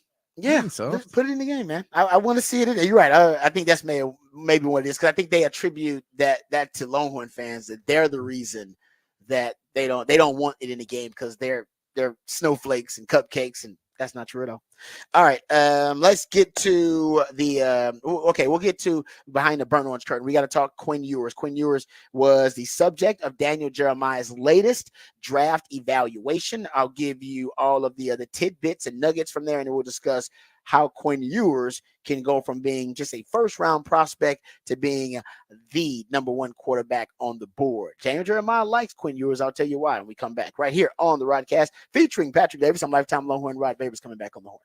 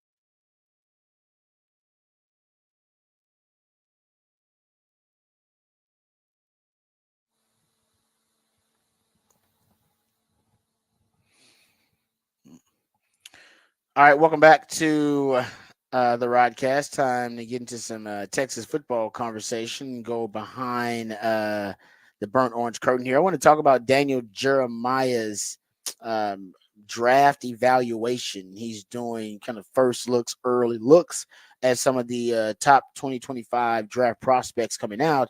And of course, quarterbacks is where he's starting. And he's on Quinn Ewers. And here's what he liked about Quinn Ewers. He said, I love Ewers' urgency and tempo in the pocket. He has very quick feet as he sets up, and he can slide laterally or climb vertically to avoid free rushers. He has a quick 3/4 release point, and the ball really pops out of his hand without much strain or effort. He throws with anticipation in the middle of the field, and he can generate plenty of velocity to fit throws into tight windows. He excels on RPOs because of his quick hands and decision making. He says he threw some beautiful deep balls against Alabama last season, but there were times in other games I studied when he put a little too much air under the ball, allowing defenders time to recover. Where he needs to improve, he says, I love how quickly Ewers sees the field, but there are times where his feet can be late to marry his eyes, which impacts his accuracy. For example, he'll start a read to the right, quickly get his eyes back to the middle of the field, and deliver the ball before aligning his feet in that direction. He overcomes it occasionally, but it should be an area of focus as he embarks on the 2024 season. He also has a bad habit of unnecessarily fading away and falling off some throws. Fortunately, he possesses the arm strength to get away with it at Texas, but this will be a risky proposition at the next level where the speed drastically increases. He ends it by saying, I don't know why Ewers hasn't generated more early excitement and buzz in scouting circles. I was very impressed with his skill set. His performance against Alabama last fall should have answered any questions about his viability as a top NFL prospect. He said he can make every throw from the pocket. He's accurate on the move, and he can take the free yards that are offered in the run game. So he likes Quinn Ewers. He also goes on to say he can't wait to watch him play at A&M. Sidebar says it's tough to top the Texas OU game, but I do believe this matchup will eclipse it this fall. So that's Daniel Jeremiah saying he thinks Texas A&M is going to be bigger than Texas OU this year. And by the way, I've said that all season long. I think this year specifically is the year where only this year, by the way, it'll be bigger than the Texas OU games because the rekindling the rivalry and all the off-season drama going on between Texas and Texas A&M. By the way, Paul Feinbaum also agrees, but I digress. Getting back to it, Quinn Ewers. So, and one thing he talks about too is the quick hands with the RPO game. Sark talks about the traits he looks for in a quarterback: accuracy, number one, and then quick hands because of them being able to manipulate the mesh point. He wants guys who have great sleight of hand because the deception-based passing game that he has, play action pass, RPOs. You want a quarterback that has those quick hands that can throw off platform, different freaky arm angles that you have to adjust to in the RPO game. And Quinn can certainly do that. And it looks effortless, actually, when Quinn's doing it. So that actually is something that tracks even from when Sark is identifying traits that he covers at the quarterback position. But things that he needs to improve on. He brought up the deep ball. And the deep ball, the truth is, it's overblown now. What happened was that after the combine, after A.D. Mitchell and Xavier Worthy had such impressive combines, everybody went back to the tape in the film and went back to the data science, and they wondered to themselves, why in the hell isn't Texas completing more deep passes downfield when you look at how great their wide receiving core is? You had 3 guys get drafted, and 2 of them ran some of the fastest times, and 1 ran the fastest time in the history of the combine. And so they went back to the stats and found that basically you go look at the you go look at the completion percentage on 20+ yard throws for Quinn last season, 33%, which is a little bit below average. That was 76th in the FBS. If you go look at his Xavier Worthy's off-target rate on throws, he was at 22.4% off-target rate. That was the highest for any receiver in this wide receiving class. Worthy also 9.2 yards per target on average on deep passes. That was the worst of any projected non-undrafted free agent Power 5 receiver in that 2024 draft class. And his 94 deep targets in his career only had a 25% completion rate. And that was one of the lowest rates for a receiver in that draft class. So Xavier Worthy, everybody wondered, man, why wasn't he more of a deep threat and a more efficient, effective deep threat? And the blame was pretty much heaped on Quinn Ewers. And if you go look at it, the last 7 starts, though, he's actually gotten a lot better. A lot better. 43% his last 7 starts. This is on deep balls, 20 plus yards or more. 43% completion percentage. Prior to that, it was the prior 15 starts or previous 15 starts, I should say, he was at 24% completion percentage on 20 plus yard passes.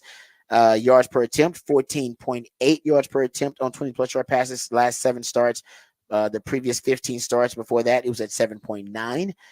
His 25% off target rate in the last 7 games on 20 plus yard throws is much better than the 44% off target rate that he had on such throws in the previous 15 starts. So last 7 starts, he's been much more accurate.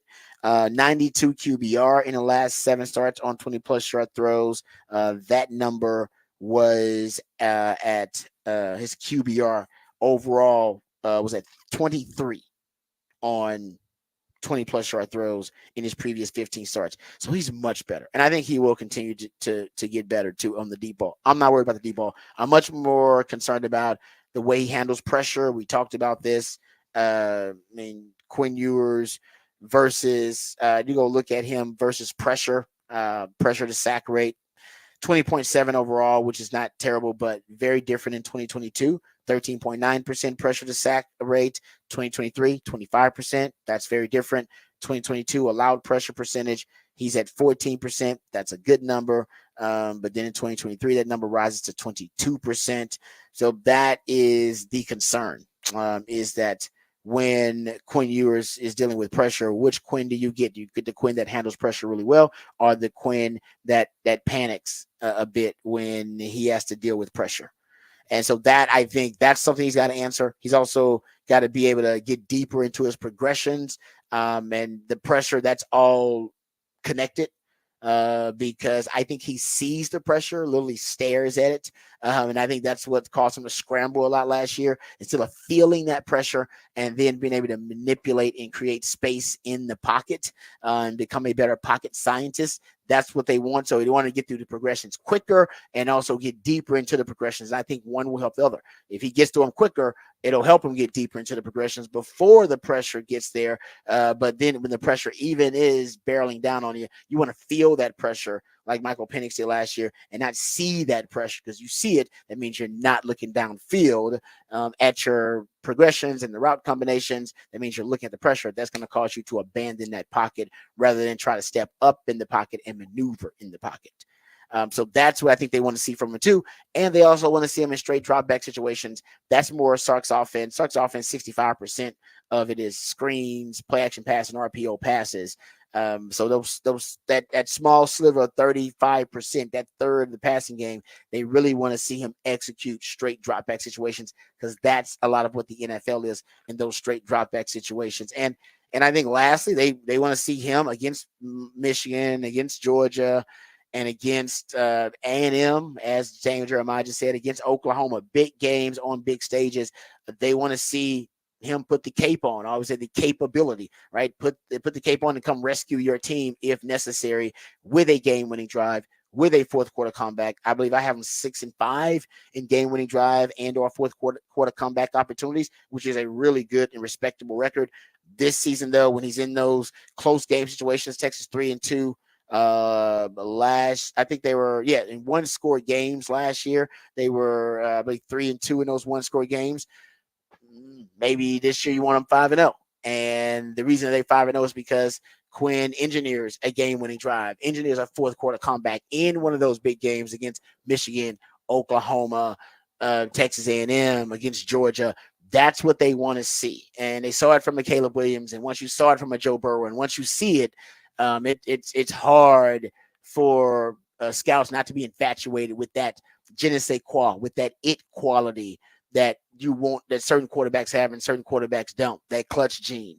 And I think they want to see that Quinn has that. We know he's got all the raw materials and the physical tools. He's got all that, all the stuff that I talked about him needing to improve on, getting to progressions quicker, handling pressure a little bit better, the deep ball. That'll all happen in time. But the it quality, that thing you cannot teach, they want to know that he has that. And we've seen it flash, but they want to see him, like I said, put the cape on the capability. And I think that's the other thing scouts will want to document in their notes, in their evals, in their data points about Quinn Ewers, because we hadn't quite seen it consistently yet. And I think it'll be a good chance this year with losing Xavier Worthy and JT Sanders and Jonathan Brooks. I mean, this is Quinn's offense. This is Quinn's team. It wasn't Quinn's team last year, really. That was more about T'Vondre Sweat and Byron Murphy and X-Man and, JT Sanders and all of these, these different great skill position guys. Even Jay Witt was considered, probably more of a leader on that team. And, you had a lot of great leadership on that team. Jalen Ford was a great leader. This team, though, feels like Quinn's team. The team before that was Bijan and Rojo's team. Last year, it seemed like it was other guys who were supplying that much needed leadership. He's in a natural leadership position, but I don't think he's had the burden really of leadership yet, of being that guy that everybody looks to set the example constantly and be, the tallest guy in the room and have to be a vocal leader, which we know he's not necessarily comfortable with. And they don't really have that culture bearer like a Jay Witt and a Rojo like they had. This is Quinn's team. And scouts want to see how Quinn's team does this year, first year in the SEC, and how he conducts himself, when they face adversity and the team looking to him, and how he handles that different leadership role. So, a lot on Quinn's plate, but I definitely think Quinn can handle it. All right, we come back. We got off the record on the other side. Off the record, this story actually is going to be interesting. I got a couple of stories that I want to get into, but this one has to do with a love triangle that's gone crazy and honestly probably needs to be a documentary of some kind. It is sports related, and we'll give you some of the details about this when we come back. All that and more right here on the Rodcast featuring Patrick Davis, lifetime Longhorn Rod Davis coming back on the horn.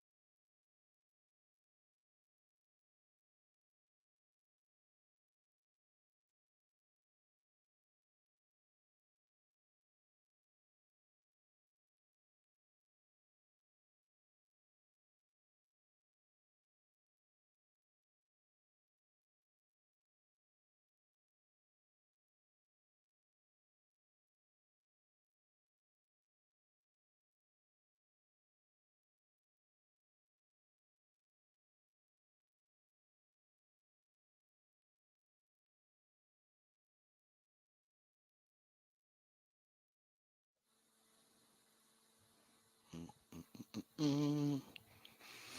All right, welcome back to the Rodcast. Time to get into a little off the record here. So I got this from TMZ. So I'm trying to sort through it for you here. So Zach Wilson he just recently got engaged. His ex, Abby, Abigail, I believe is her name, also got engaged. She's engaged, Zach Wilson's ex, to Zach Wilson's former college roommate. His ex, Abby, dated the she dated Zach Wilson from high school until 2022. And they broke up. Remember, the rumor was they broke up because Zach Wilson was hitting on dudes' moms, like he was hitting on MILFs. Yeah. That was the rumor, if you don't recall. And then, like I said, it got ugly apparently because, like I said, it was all rumor. But apparently, this young lady, his ex, Abby, she is now engaged to his former roommate. She started dating Dax Milne. That was BYU's. They were teammates, obviously, when he was at BYU. And apparently they were also friends, like childhood friends too. So they basically labeled her a homie hopper, I believe at the time. Stated that she was, obviously hopping from dude to dude. That was not the case. And remember, the rumors were never confirmed that Zach Wilson was having inappropriate relationships with his friends' moms, but that was the rumor. And the rumor was she was trying to get back at him by dating his roommate. Well, now they've gone past any type of revenge factor because she's now engaged to Zach Wilson's former roommate and friend.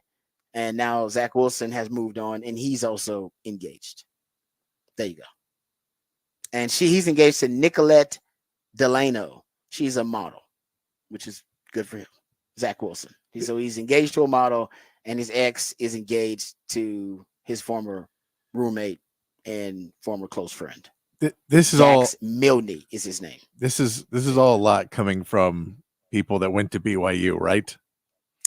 Yes, this is the honor code, folks. Yes, apparently.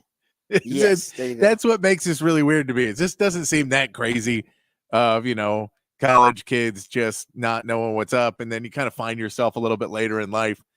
And, maybe Bill made some bad decisions when they were younger.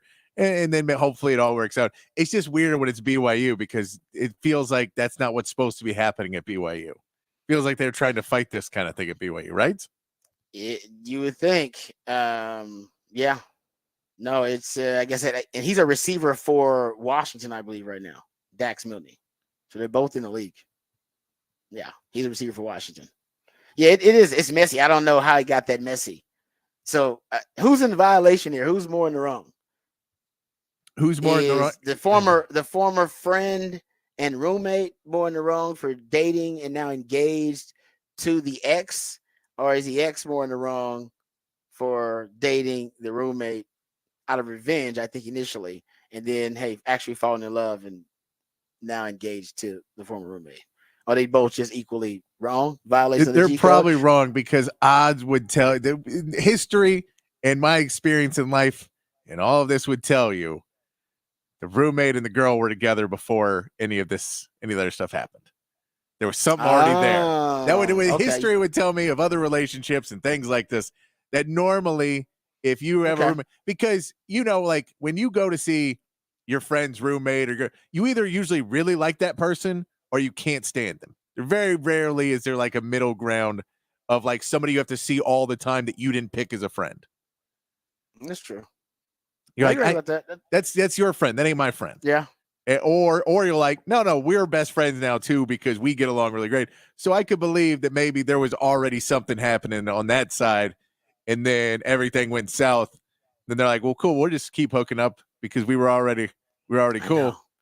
Those are weird. Yeah, you're right. That's I don't know. And if the rumors about Zach Wilson are true, then They broke up because he cheated on her by having inappropriate relationships with MILFs and older moms of people with older moms in their circle, like around with the group. Now, Zach Wilson's mom has denied this, saying, no, that's not true. But like I said, the what does she rumors know? are rumors. I don't know. She would. I mean, if yours, I don't know what she would know. I have no idea. His mom is considered a MILF too. Who knows? I have no idea what's going on. This is sordid, like real some weird stuff going on here, man. MILFs and Mormons. Not what you expect. Not what you expect. MILFs and Mormons. That sounds like a great reality TV show. I would watch that TV show. MILFs and Mormons. You know what the worst reality TV show is on right now? All of them. Have you? Have you seen the MILF Manor show? The latest? No. Oh, dude, this is all time disgusting, depraved, just deplorable behavior happening on this reality TV show. So the premise is they bring on a bunch of MILFs and they bring on a bunch of young dudes who can hit on the MILFs. They call it MILF Manor. Yeah. This season, though, the latest season, somebody out there is watching, probably gonna hit you up on the text line. They bring in the sons and the dads. And they're both hitting on the MILFs. They're hitting on the same women. The dad and the sons are there. Oh, it is some sick, twisted, kind of like this Mormon and MILF type stuff going on. It just ain't. You can't even watch it without feeling bad about yourself and them too. But it's all fake too, because they're all doing it because they want to be on TV. I know, but why would I don't get they're like kissing the same women now. Like, is that worth it? Do I want to kiss the same woman my dad kissed? Do I need to be tonguing a woman down after my dad just did it, or vice versa? Who would want to do that? But it's like, who wants to do that? When you just say, where did we go wrong as a country? And it's not a generation, because clearly MILFs and dads are doing this too. Every generation is involved.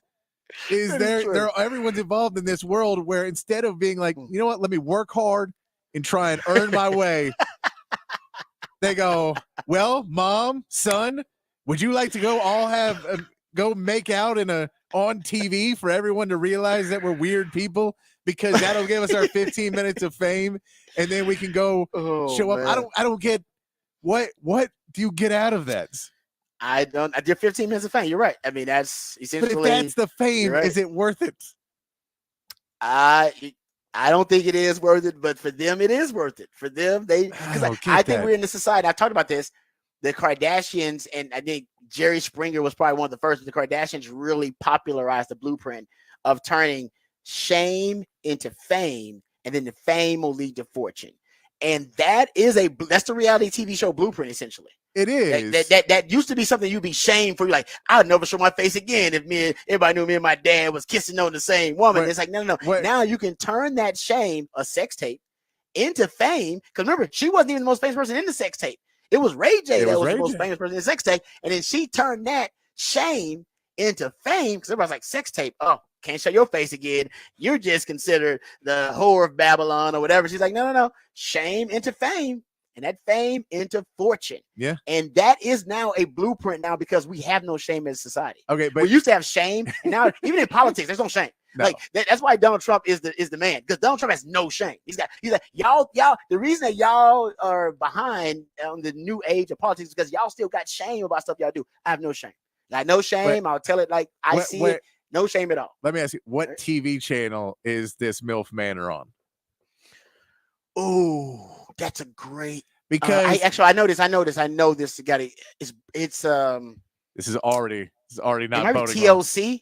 It might be TLC. TLC is at least, but like that's also, these people are like, well, I'm gonna be on this TV, and you're like, you're gonna be on Pop. You gonna get your fame and fortune off a TV channel that nobody knows what channel it is? Nobody knows where to find it? Yes, it is. It's TLC. Man, TLC has put out some of the most deplorable entertainment material out there. This is supposed to be the learning channel. Channel. I didn't know I was pregnant on there. 90 Day Fiance's on there. MILF Matters on there. Yeah, Honey Boo Boo. Honey Boo. And it's the learning channel. The learning channel to learn about the worst parts of us as a civilization. Oh, good man. Lord. Yeah. How'd you know Here Comes Honey Boo Boo comes on there? How'd you know that, Patrick? Because because it's a comedy staple, because it's a funny word to say. Oh, they got a new one. I don't say they got a new one. Honey Boo Boo like show. Yeah, it's a new one. Oh, yeah. Okay, I got here's the current programming for the Learning Channel. Oh.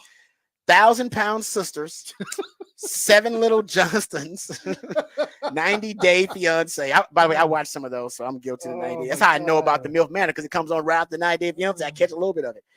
They got like 8 90-Day Fiancés. Botched Bariatrics, Crack Addicts, Dr. Pimple Popper, Doubling Down with Doricos, Little People, Big World. I heard that one's pretty good. Love and Translation, MILF Manor, My 600-Pound Life, My Big Fat Fabulous Life, My Strange Addiction. That one is weird. The Strange Addiction. People eat like fabric softener and stuff. Like, it's just very strange. Outdaughtered.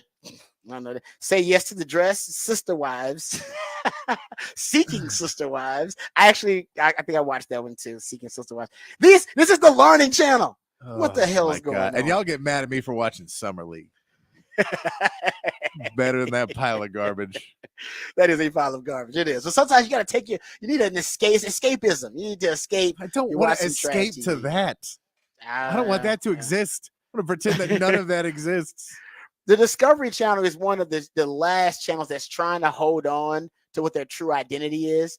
You know, Shark Week, as far as Naked and Afraid, is as far as they go. They go Naked and Afraid, which still you do learn something. It's still Discovery Channel-esque. Yeah. But more like BET. I mean, it's Black entertainment. They're not true to their identity anymore. They're doing Black History Month. They don't even really do anything. They don't do anything special. How you gonna be Black entertainment television and not do anything special for Black History Month? No documentaries and nothing. Just still playing reality TV shows about the hip hop wives and stuff. Come on, more Tyler Perry. More. That is Black history. All right, we come back. One more hour left in the show. We'll get into a discussion about the U.S. men's national team for the USA Olympic team for basketball. Who should start? Who should finish among that group? We'll also talk about CeeDee Lamb and the Dallas Cowboys. You would not believe how many Cowboys are on the last year of their contract. It has to be intentional. All that and more right here on the Rodcast, featuring Patrick Davis. I'm Lifetime Longhorn. Rod Babers coming back on the horn.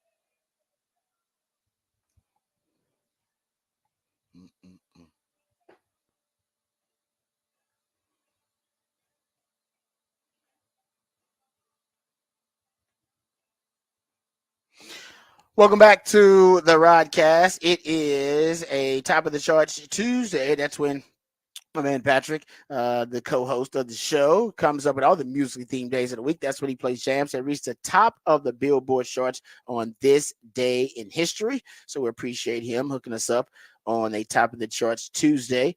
He also helps us come up with the topic for the big fat poll of the day. And for those who haven't checked it out, you can go to X and check it out for yourself on the X platform at the Horn ATX. Patrick, give people the topic for the big fat poll of the day. Big fat poll of the day. Who will win the Big 12 this year? Big 12 Media Days are happening right now, or today. They start today. The first big thing, first team meeting is at 11. So that'll be going on all today and tomorrow. So we're asking you who will win the Big 12 this year. Utah taking a pretty heavy lead. People believe Utah is going to come in and handle the Big 12, that none of these Big 12 teams are going to stand up for the conference that they've been in for years. It'll be a new addition. The Pac-12 team will come in and handle business. I mean, if Cam Rising plays at the level that we all expect them to come back and play at, then they have a lead. But again, K-State's in there. Will Anderson, Avery Johnson.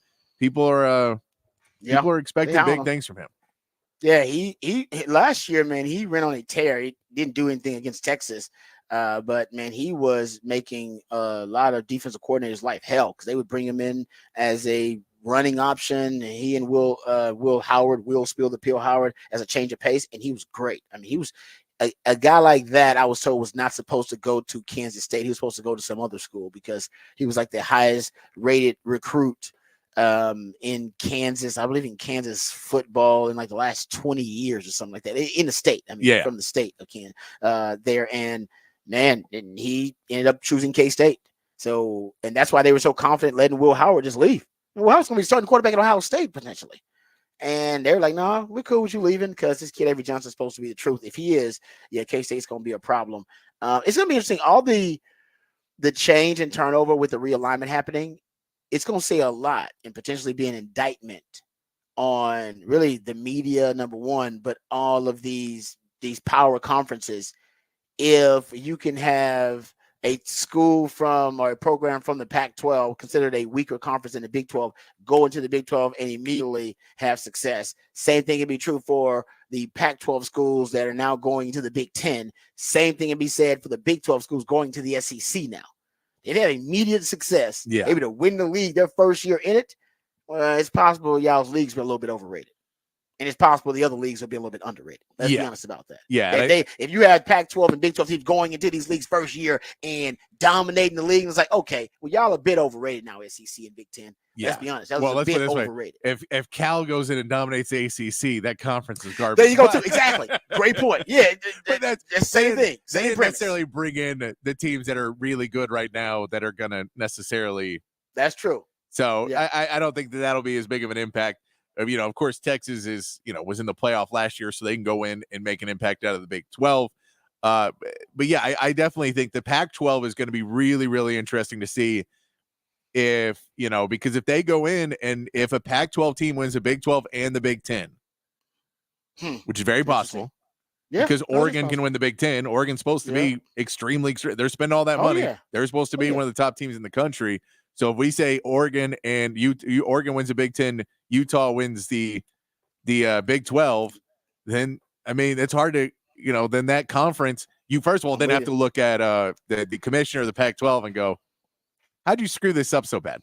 I just screwed this. Yeah, we know he screwed it up, but you're right. You screwed up even worse because I'm with you. I think if you see those schools who made the transition, and this didn't take a long time, right? This was happening. This was announced a couple of years ago. It ended up happening within 2 years of it happening. So, there hadn't been a lot of time for evolution with these programs to adjust and get used to the new ecosystem they're going in. You can go into the SEC, go into the Big 10, go into the Big 12, as you mentioned, and become the apex predator of that ecosystem in the first season.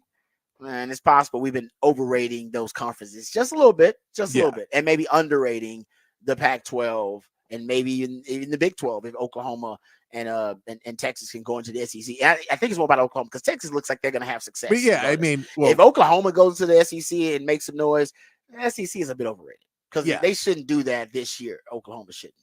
No, and that's now and that's and you have to say because Texas has to also do something, and we're expecting them to. But if Texas does what they're expected to do, they're expected to be a playoff team. They're expected to be a double-digit win team. So it doesn't necessarily bode for Big 12. That's why they left the Big 12. It's where we're too big for it, right? But I think if Oklahoma wins as well in a year that was kind of expected to be somewhat of a down year for them, and they're able to beat a lot of these SEC teams, it would be a big advantage. I don't know if I see that happening as much.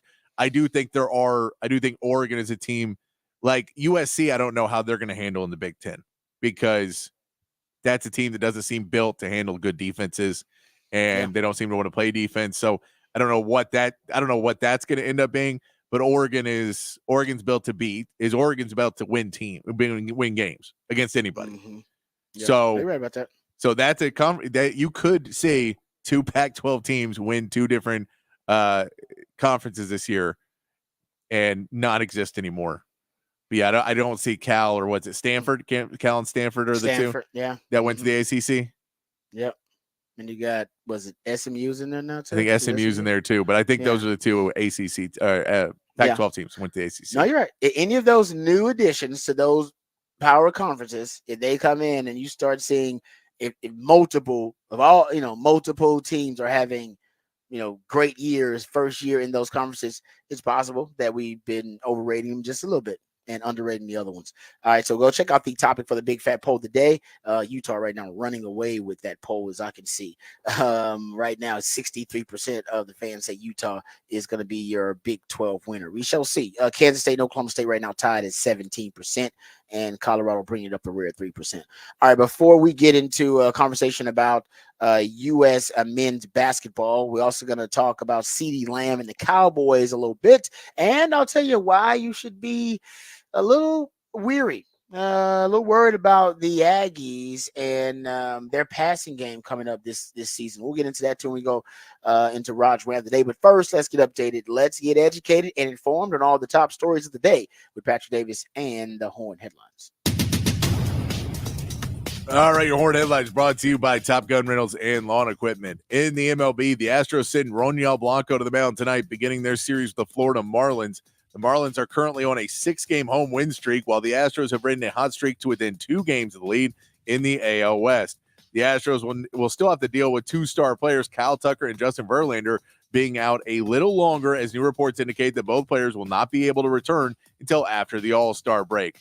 And the Rangers won their 4th straight to win, with a 9-4 win over the Angels. John Gray weathered a 3-run second inning to pick up his 4th win of the season, as the Rangers came back strong with 5 runs in the 4th. Corey Seager and Wyatt Langford both homered in the game, with Seager extending his hit streak to 13 games. Max Scherzer gets to start tonight, with the Rangers looking to start a run for the second half of the season. And that is your Horn Headlines. All right, thank you, Patrick, for the Horn Headlines. Appreciate those. All right, before we talk some U.S. men's basketball here, I want to get to this Cowboy story. So CeeDee Lamb has warned folks. He was on social media answering some questions actually about his camp. He's got a camp coming up like the 9th and the 10th, and I think another date on the 20th. So he's answered some questions. And of course, people couldn't help themselves. They started asking him about his contract stats with the Cowboys. And he said, I'm not speaking about any contract negotiations. If that's your questions, you'll get 0 answers. Said it's about the kids. But he got me to thinking about the Cowboys, and I started doing some more research and was once again blown away, surprised, almost stupefied by what I found. The Cowboys have not only CeeDee Lamb right now on the final year of his contract, but they have Dak Prescott, Trey Lance, and Cooper Rush. All 3 of their quarterbacks right now are in the last year of their contract, final year of their deal. Zeke and Rico Dowdle also in that conversation. So your 1 and 2 running backs, CeeDee Lamb and Brandon Cooks are also in that conversation. So your 1 and 2 wide receivers. And to complete it on offense, Zach Bart is also in that conversation. Oh, don't forget Mike McCarthy, your head coach and your play caller. So your head coach and play caller is in the final year of his deal.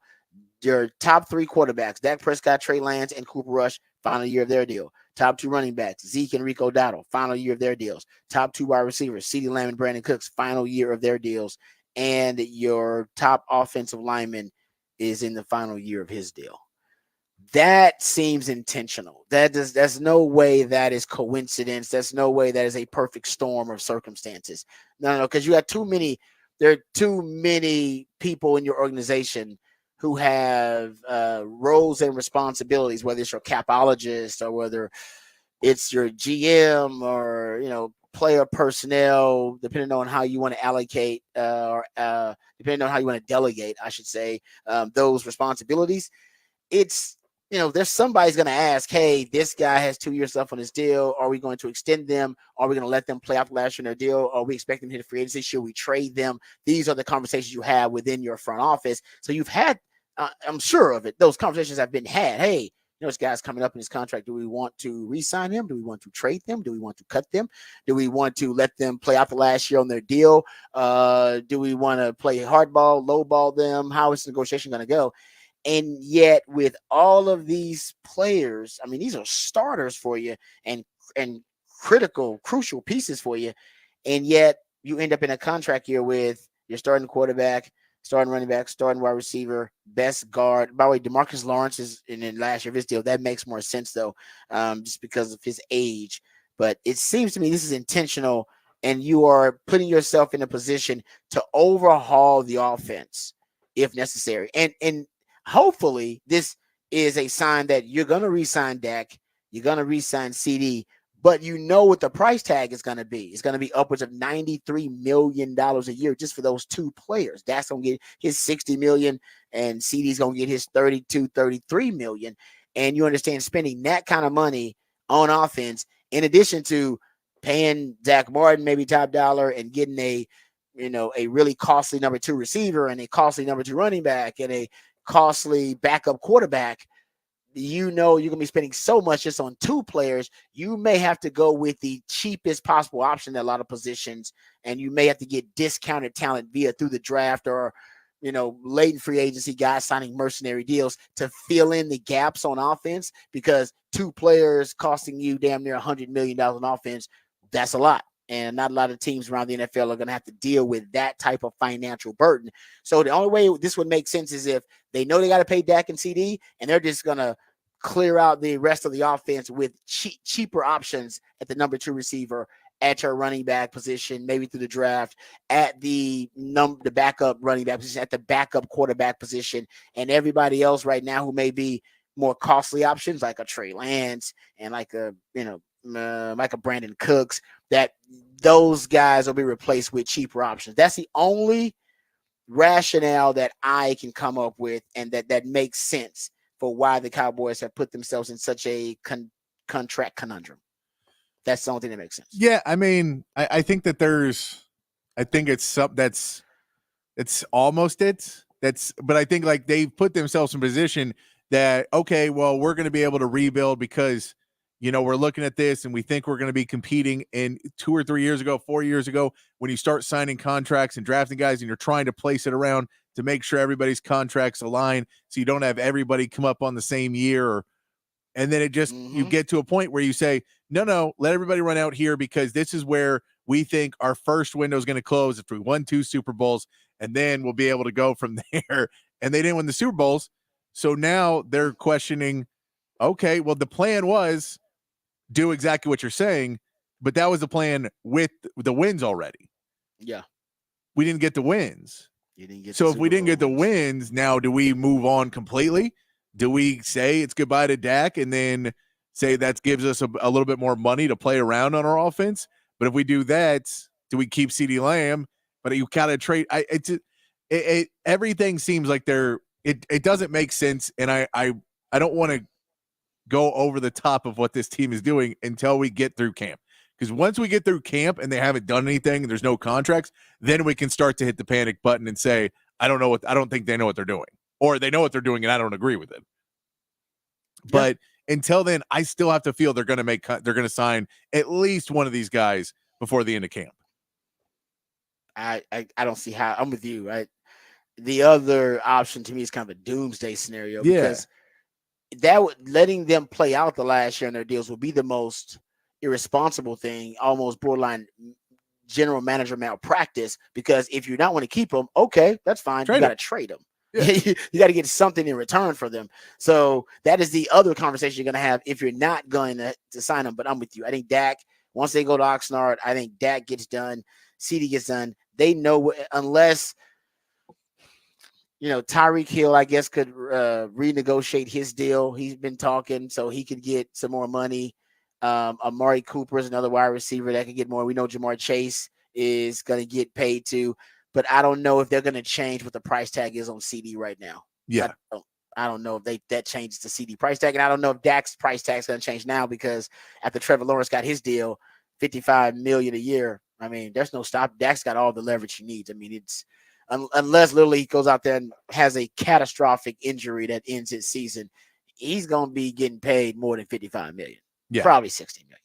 So I guess there's no reason to actually rush it at this point because the market is what the market is. You're going to pay the money. I think the reason you get it done during camp, because there is a reason to get it done. You're not rushing it, but the reason to get it done is there is a palpable unease in the locker room right now because you keep hearing reports, basically everybody wondering what is going on with this team. Are we rebuilding next year? What is happening? Are you not going to keep anybody? Are we all, is everybody looking for work next season? And I think if you re-sign Dak and CD, at least there's a belief that there will be some stability. Yeah. No, you're right about that. We're not even talking about the morale. Of the group, and you're right about that. It does affect that. I hope that's something that they're considering right now if you're the Dallas Cowboys. All right, so that's your Cowboys news. Let's talk about the men's national team, Team USA's roster. It was revealed like a few weeks ago. Bam Adebayo, Devin Booker, Steph Curry, Anthony Davis, Kevin Durant, Anthony Edwards, Joel Embiid, Tyrese Halliburton, Drew Holiday, LeBron James, Kawhi Leonard, and Jason Tatum. The conversation has been about who's going to start.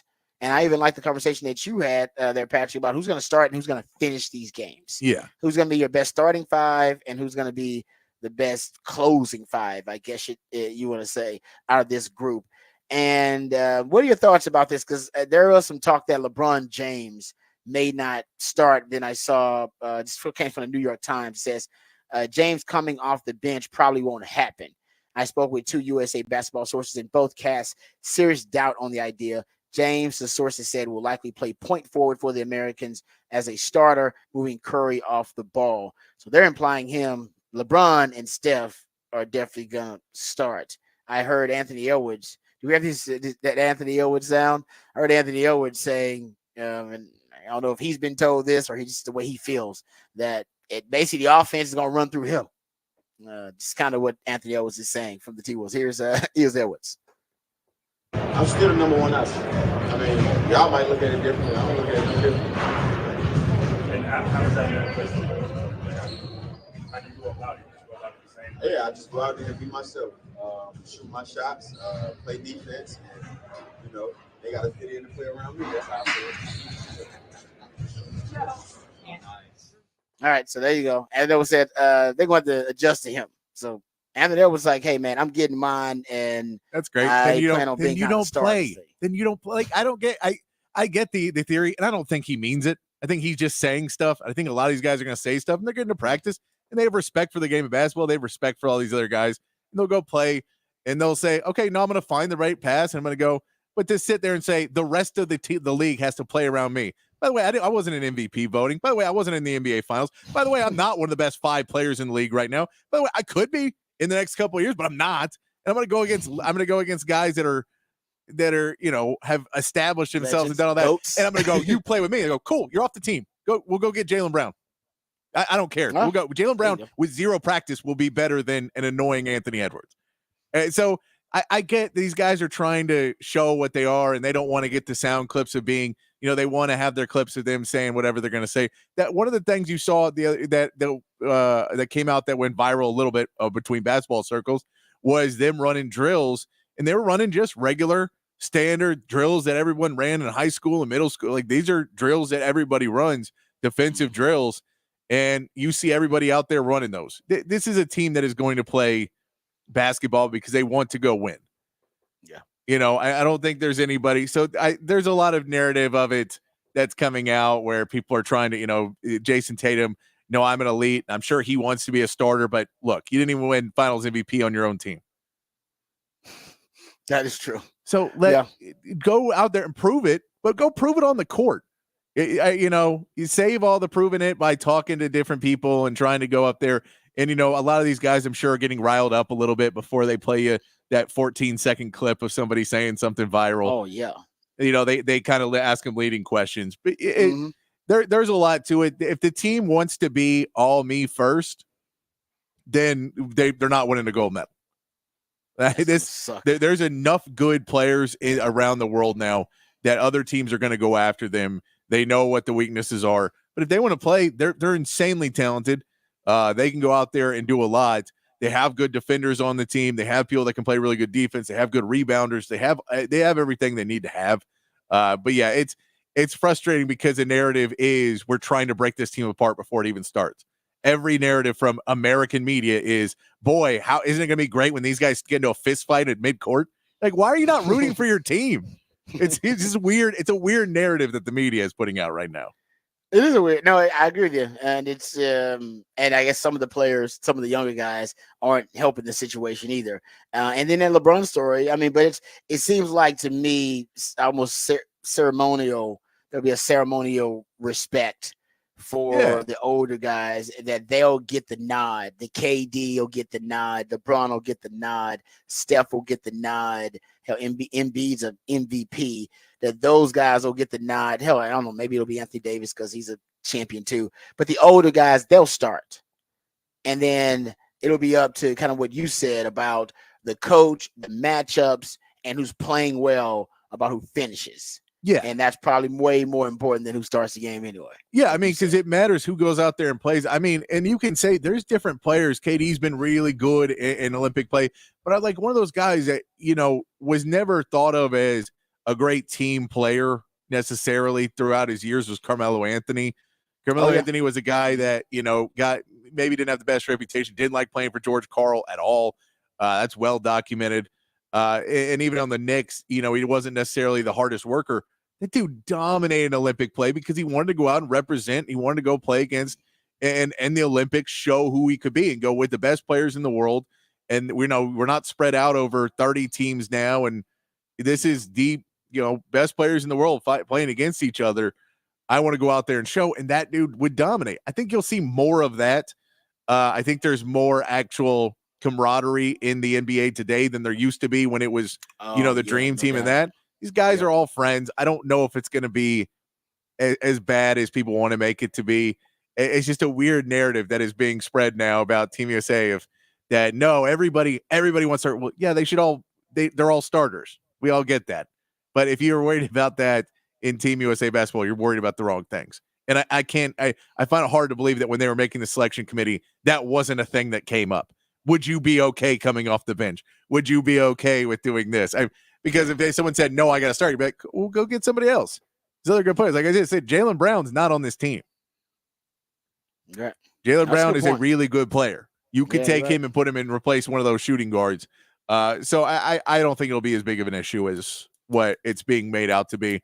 I think they're just trying to make it a story. We will see, though. They already had a 1-point win over the select team. They play the Canada team in an exhibition tomorrow in Vegas. That'll be one that people will be keeping an eye on because that Canada team has a lot of good players on it. I know Zach Edey is staying out of it this year because he's trying to get ready for the NBA. He wants to try and make a run to actually, be a impact player in the NBA because no one's saying he's going to be right now.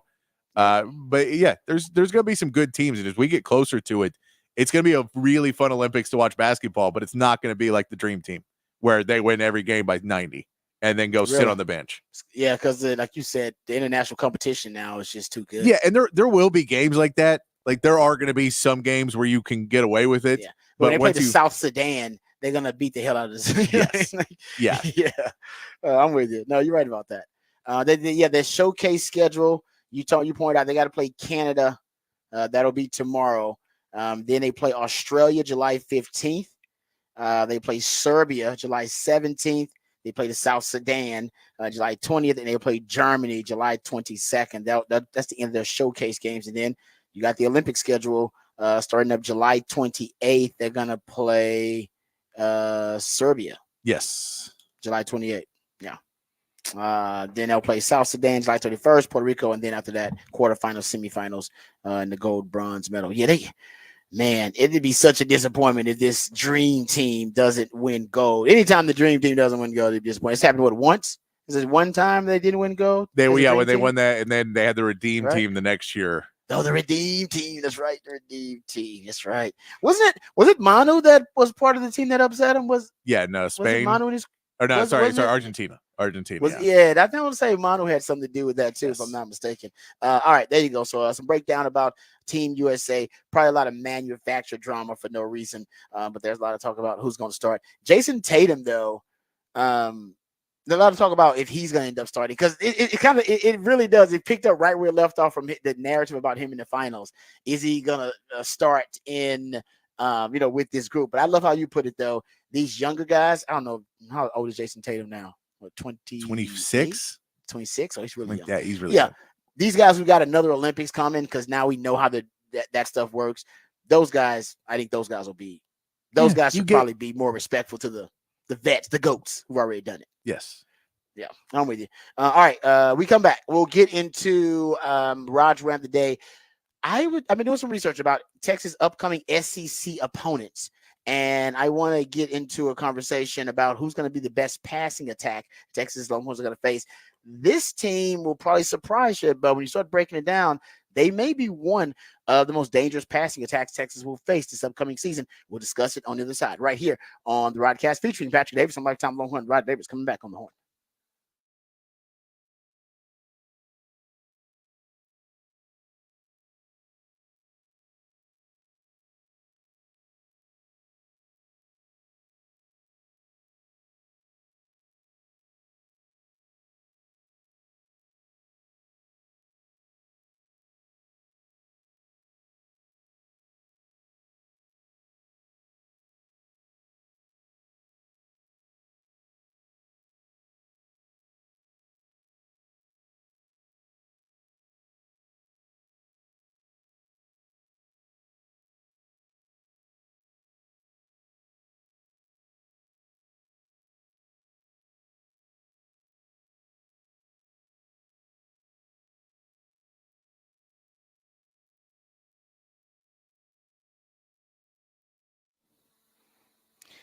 Hey, what's up, folks? Lifetime Longhorn, Rod Babers here. I know the traffic can be a bit annoying and frustrating here in Austin. That's only because the city keeps growing. People keep moving to Austin because it's such a great city. And as the city continues to grow and thrive, so do our friends at Ironworkers Local Union 482. Many of the iconic landmarks we love in this city were actually built and constructed by the skilled craftsmanship of Ironworkers Local Union 482, like the Pennybacker Bridge and DKR Stadium. So if you're looking for an exciting employment opportunity or a refreshing career change, or you want a new challenge, or you want to feel valued by your employer, right now is a great time for you to join this prestigious organization, Ironworkers Local 482. They're hiring over 3,000 people for a huge project right here in Central Texas. They're offering competitive wages. They're offering competitive benefits and a pension plan. They even offer training for unskilled labor through their apprenticeship program. So right now, it's the perfect time for you to become a member of Ironworkers Local 482, and you'll take pride in the type of teamwork and craftsmanship that help shape the future of our great city. So go online today and apply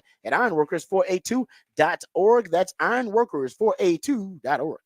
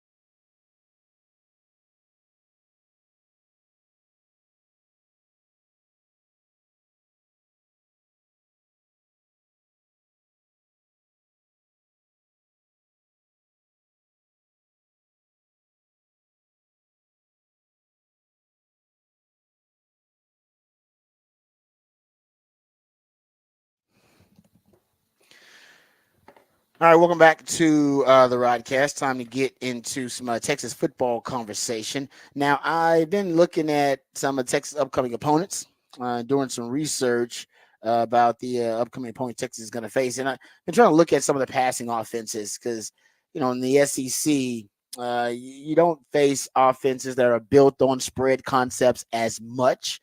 The Big 12 was definitely more of a spread league, and at times could be a running league, kind of cross-dressing as a passing league. So you can still run the football, but you're running it out of spread concepts, hybrid spread schemes.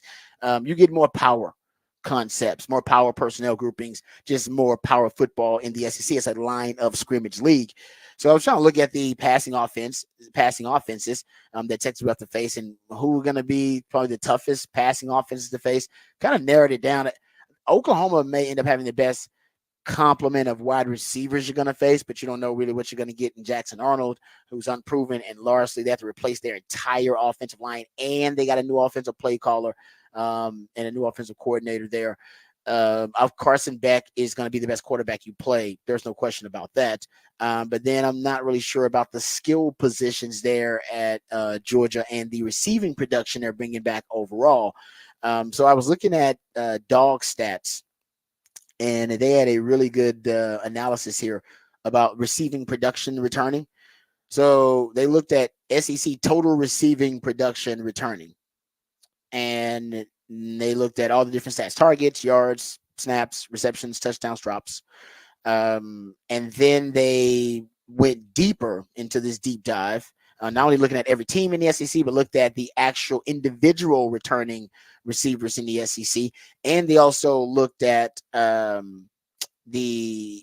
Pro Football Focus grades and minimum target share. So first, looking at total receiving, 425 targets returning, they got the Aggies at the top of their total receiving analysis here. 3,705 yards also would be the most. Receiving yards returning SEC to 486 snaps. That actually is not the most. That puts them kind of middle of the road in the SEC. The 283 receptions, that would be the most. The 24 touchdowns would be third. And the 30 drops would be first. So a lot of room for improvement because they had the most drops returning in the SEC, but most targets, most yards, most receptions, third most returning touchdowns in the SEC. When you have the cutoff, a criteria where they have the stipulation of just 70, at least a 70 Pro Football Focus grade and at least 25 targets, when that is the cutoff, the Aggies still have the most targets returning overall with 211, still have the most receiving yards overall returning with that being the cutoff, 1,934, still have the most receiving snaps, still have the most receptions, still tied for the most touchdowns, actually, when that 70 Pro Football Focus grade and minimum of 25 targets is the cutoff, and they have the most drops with 14. So based on this breakdown, the Aggies actually are returning more receiving production than anybody else in the SEC. And you go look at overall the receivers that bringing in Jabre Barber. He's from Troy, I believe. Almost had 1,000 yards receiving last year on 115 targets. Then there is Ja'Day Walker. He had 669 receiving yards on 42 receptions last year for the Aggies. Then there's Noah Thomas, who had 36 receptions and actually I take that back, not 36, 29 receptions, 359 yards for him. So if you look at the overall, those are their top three, but if you look at the overall returning receiving production, Aggies are at the top of the SEC. And then you take into account Connor Wigman. And a lot of people are high on him. He's only played in played in 8 games. I think started 7 games in his career. And if you just start in the 2023 season, the metrics, the advanced analytics, the algorithmic models that are predicting and really extrapolating his numbers and predicting that he could be one of the best quarterbacks in college football. They are, like I said, they're pretty bullish on Connor Wigman. And we know that Matt Miller, who had his way too early draft, he's got Connor Wigman, or at least he had in his way too early mock draft. He had Connor Wigman being drafted by the Rams, number 19 overall. So scouts are high on him. Metrics, here are the metrics on Connor Wigman. If you want to start talking about, how good he possibly could be. He came in as a 5-star, so he's got a really high ceiling. But the 3.5 games he played before the foot injury sidelined him last year, 91.9 overall grade, and a 90.9 passing grade. He had if you go look at his adjusted completion rate, he was at, I think, 73.8 adjusted completion rate, which is pretty damn high. His clean pocket Pro Football Focus grade, 92.6. Early down passing grade, 91.2. His Pro Football Focus grade passing without play action, 92.4. He was 98th percentile in avoiding negative plays, 88th percentile in avoiding sacks, or sack avoidance is also up toward the top of the Power 5 quarterbacks. His under pressure PFF grade was 86.5, but 97th percentile.